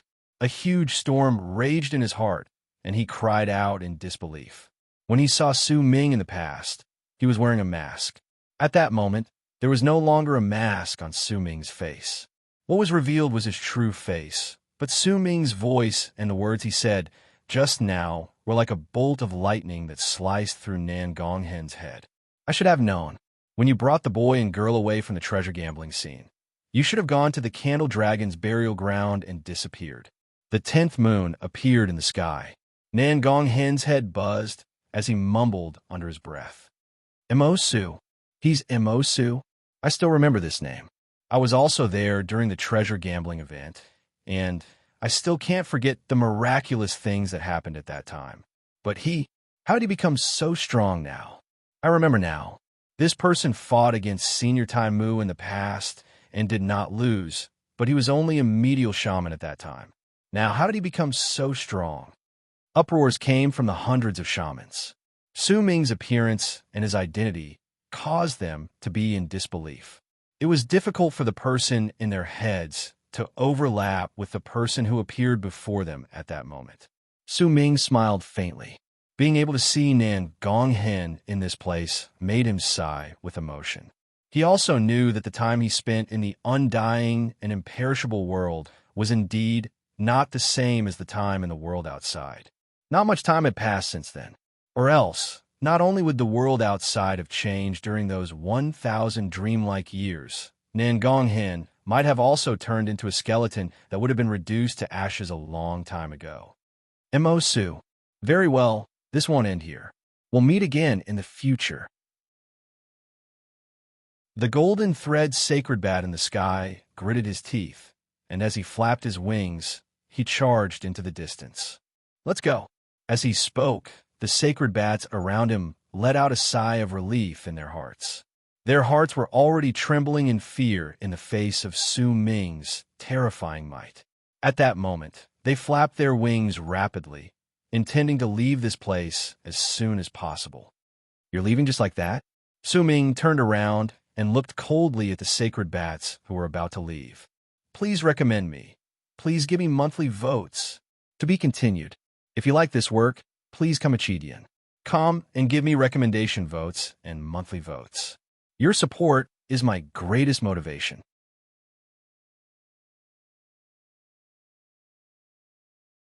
Chapter 531. What? How dare you not let us go? The golden thread sacred bat turned around swiftly and glared at Su Ming from midair. His voice was ghastly and slightly piercing. "This is the 9 sacred world, and we sacred bats are one of the sacred tribes. Do you really want to be exterminated with just a few hundred puny shamans? And you, even if you have extraordinary power, you will definitely die if you provoke us sacred bats." The golden thread sacred bat's voice was dark, but in Su Ming's eyes, he could tell with just one glance that he was just putting up a strong front. As the golden thread sacred bat spoke in a shrill voice, the sacred bats around him turned ferocious once again. Their eyes turned bloodshot as they glared at Su Ming. They might be terrified, but they had no choice but to put on that look. Nan Gonghen hesitated for a moment before he whispered to Su Ming, Senior Mo, let them go." Su Ming cast a glance at Nan Gonghen. Since the people in this place did not want to kill too much, then, as an outsider, Su Ming would naturally not get too involved. Once he obtained the information he wanted to know, Su Ming still had things he needed to do. He would not stay in this place for long. "At least you shamans know your place." The golden thread sacred bat let out a sigh of relief in his heart, but he still let out a cold harumph. He was certain that the shamans would not dare provoke the sacred bats too much, but he was still worried about Su Ming, who was incredibly terrifying in his eyes. He was just about to leave. Yet at that moment, The originally unconscious Tai Mu, who was being supported by his tribesmen, struggled to open his eyes and spoke hoarsely to Su Ming. "Don't let them go. We can't just let off those who killed our tribesmen. If you hadn't come today, our tribe would have been destroyed. Our entire tribe would have died. We must take revenge for this." But Nan Gonghen hesitated for a moment. "But what? If we let them go, will they thank us? They won't come again. They won't treat us as prey to hunt. Nan Gonghen, you fool. Brother Emo, I beg of you, please attack and kill all of these sacred bats without sparing a single one of them." Taimu struggled to speak. He was so excited and enraged that he coughed up a huge mouthful of blood. Gritting his teeth, he struggled to stay conscious. Panting, his already aged face grew even older, making him look like an oil lamp that could go out at any moment. "As long as Brother Mo is willing to help us, we will comply with all of your requests. We can even recognize Brother Mo as our master." Taimu's face was slightly flushed at this moment. It was clear that this was the final radiance of a dying lamp. The expression of the golden thread, sacred bat in the sky, changed drastically at that moment. Without any hesitation, he charged forward, not even bothering with his tribe members around him. "As you wish, but you don't have to recognize me as your master." Su Ming cast Taimu a glance. The things that had happened between him and this old man in the past rose in his heart. These memories were originally rather indistinct, but at that moment they gradually became clear. The old man was already on the verge of death and would not be able to live for much longer. Even if there were spirit cores and miraculous medicines, it would still be difficult for them to keep him alive, unless they were like Su Ming and had the serendipity of the candle dragon. Su Ming sighed. When he averted his gaze, he looked at the valley around him, then lifted his right hand and seized at the air. Immediately, the fiend bow in the hands of a battle shaman standing outside a cave abode in the valley flew out, and Su Ming grabbed it. With the black fiend bow in hand, Su Ming took a step into midair. As he stood in the sky, he looked at the hundreds of sacred bats that were spreading out and fleeing in all directions. His eyes gradually turned cold, and he held the bow in his left hand while he pulled the bowstring with his right. With a hum, he drew the fiend bow that only battle shamans could draw. As the bow was drawn, wisps of golden light spread out from Su Ming's body and gathered together to turn into a golden arrow. The instant Su Ming let go of the bowstring with his right hand, the golden light whistled through the air and stirred up a shocking wave of ripples. As if it was slicing through the sky, it charged into the distance. With a loud bang, a few sacred bats were pierced through by the arrow, and they collapsed and died. Su Ming did not stop. He drew the fiend bow once again, and it caught the attention of the people around him. It was especially so for the battle shamans, whose eyes were filled with zealousness. After all, the shamans could only draw the fiend bow once. If they wanted to draw it a second time within a short period of time, then the price they would have to pay would be incredibly devastating. However, Su Ming had drawn it twice in a row, and he did not stop for even a single moment.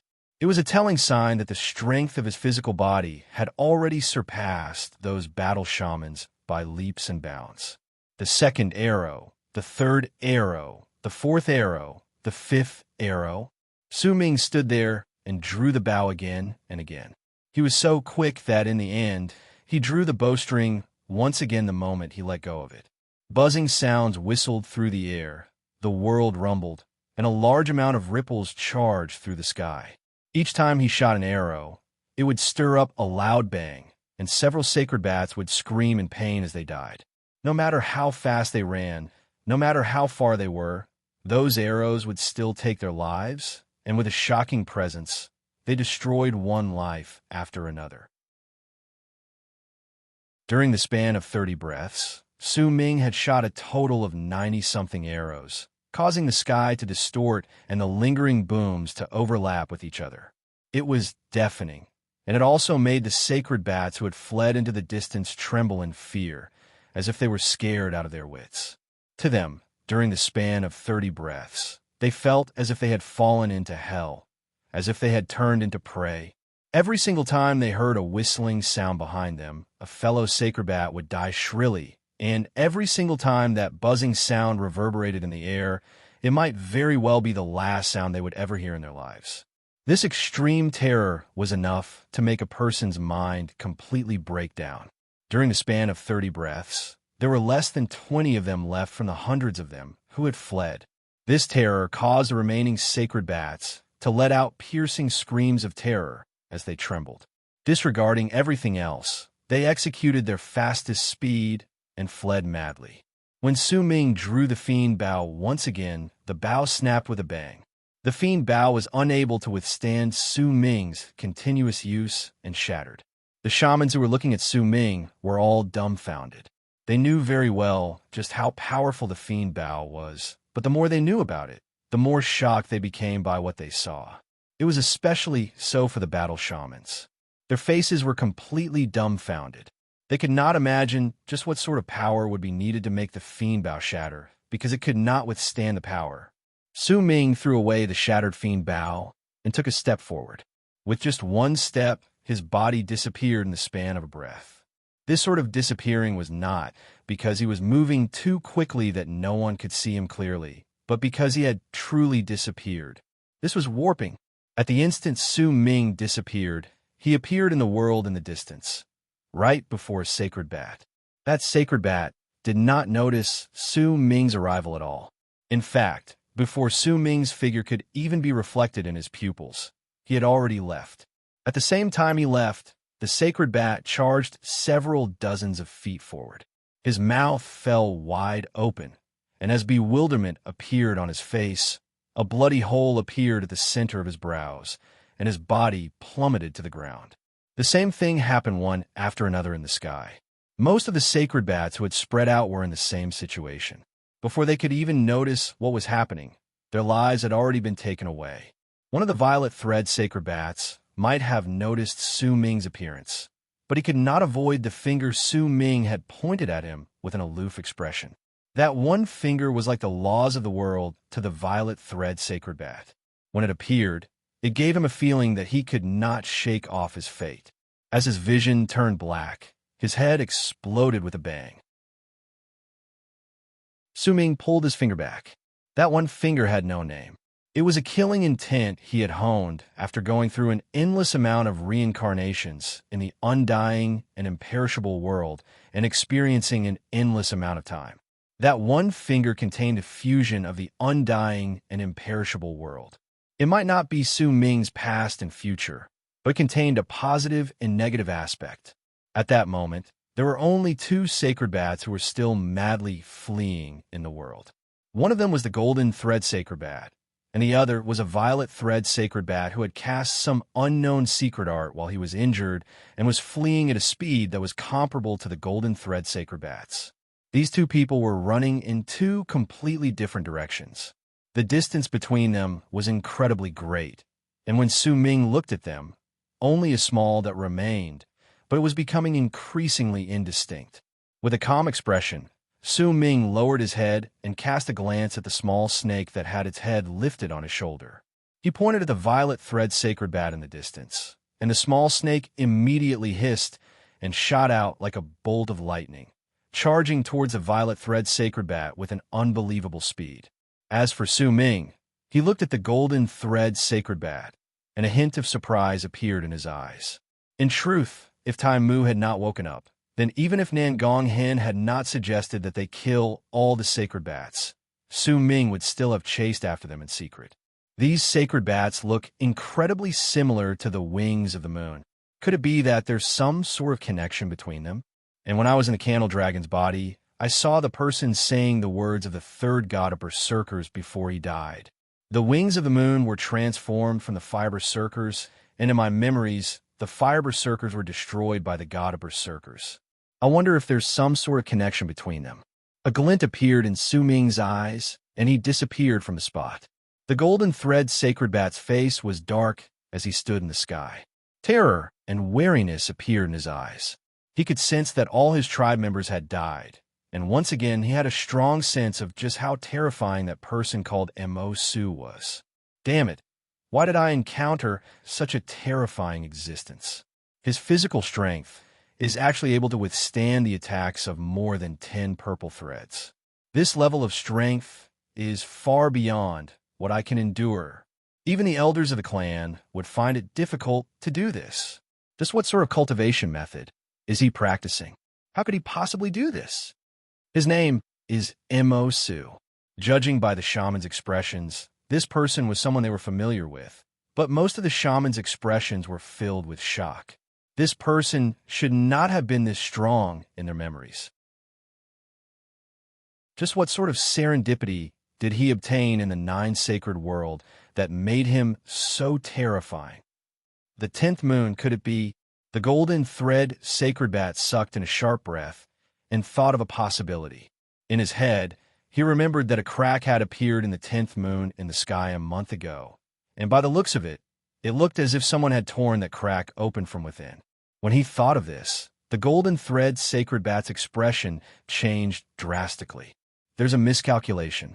It's not 5 chapters, it's 6 chapters. This chapter should be 16 chapters. How sad.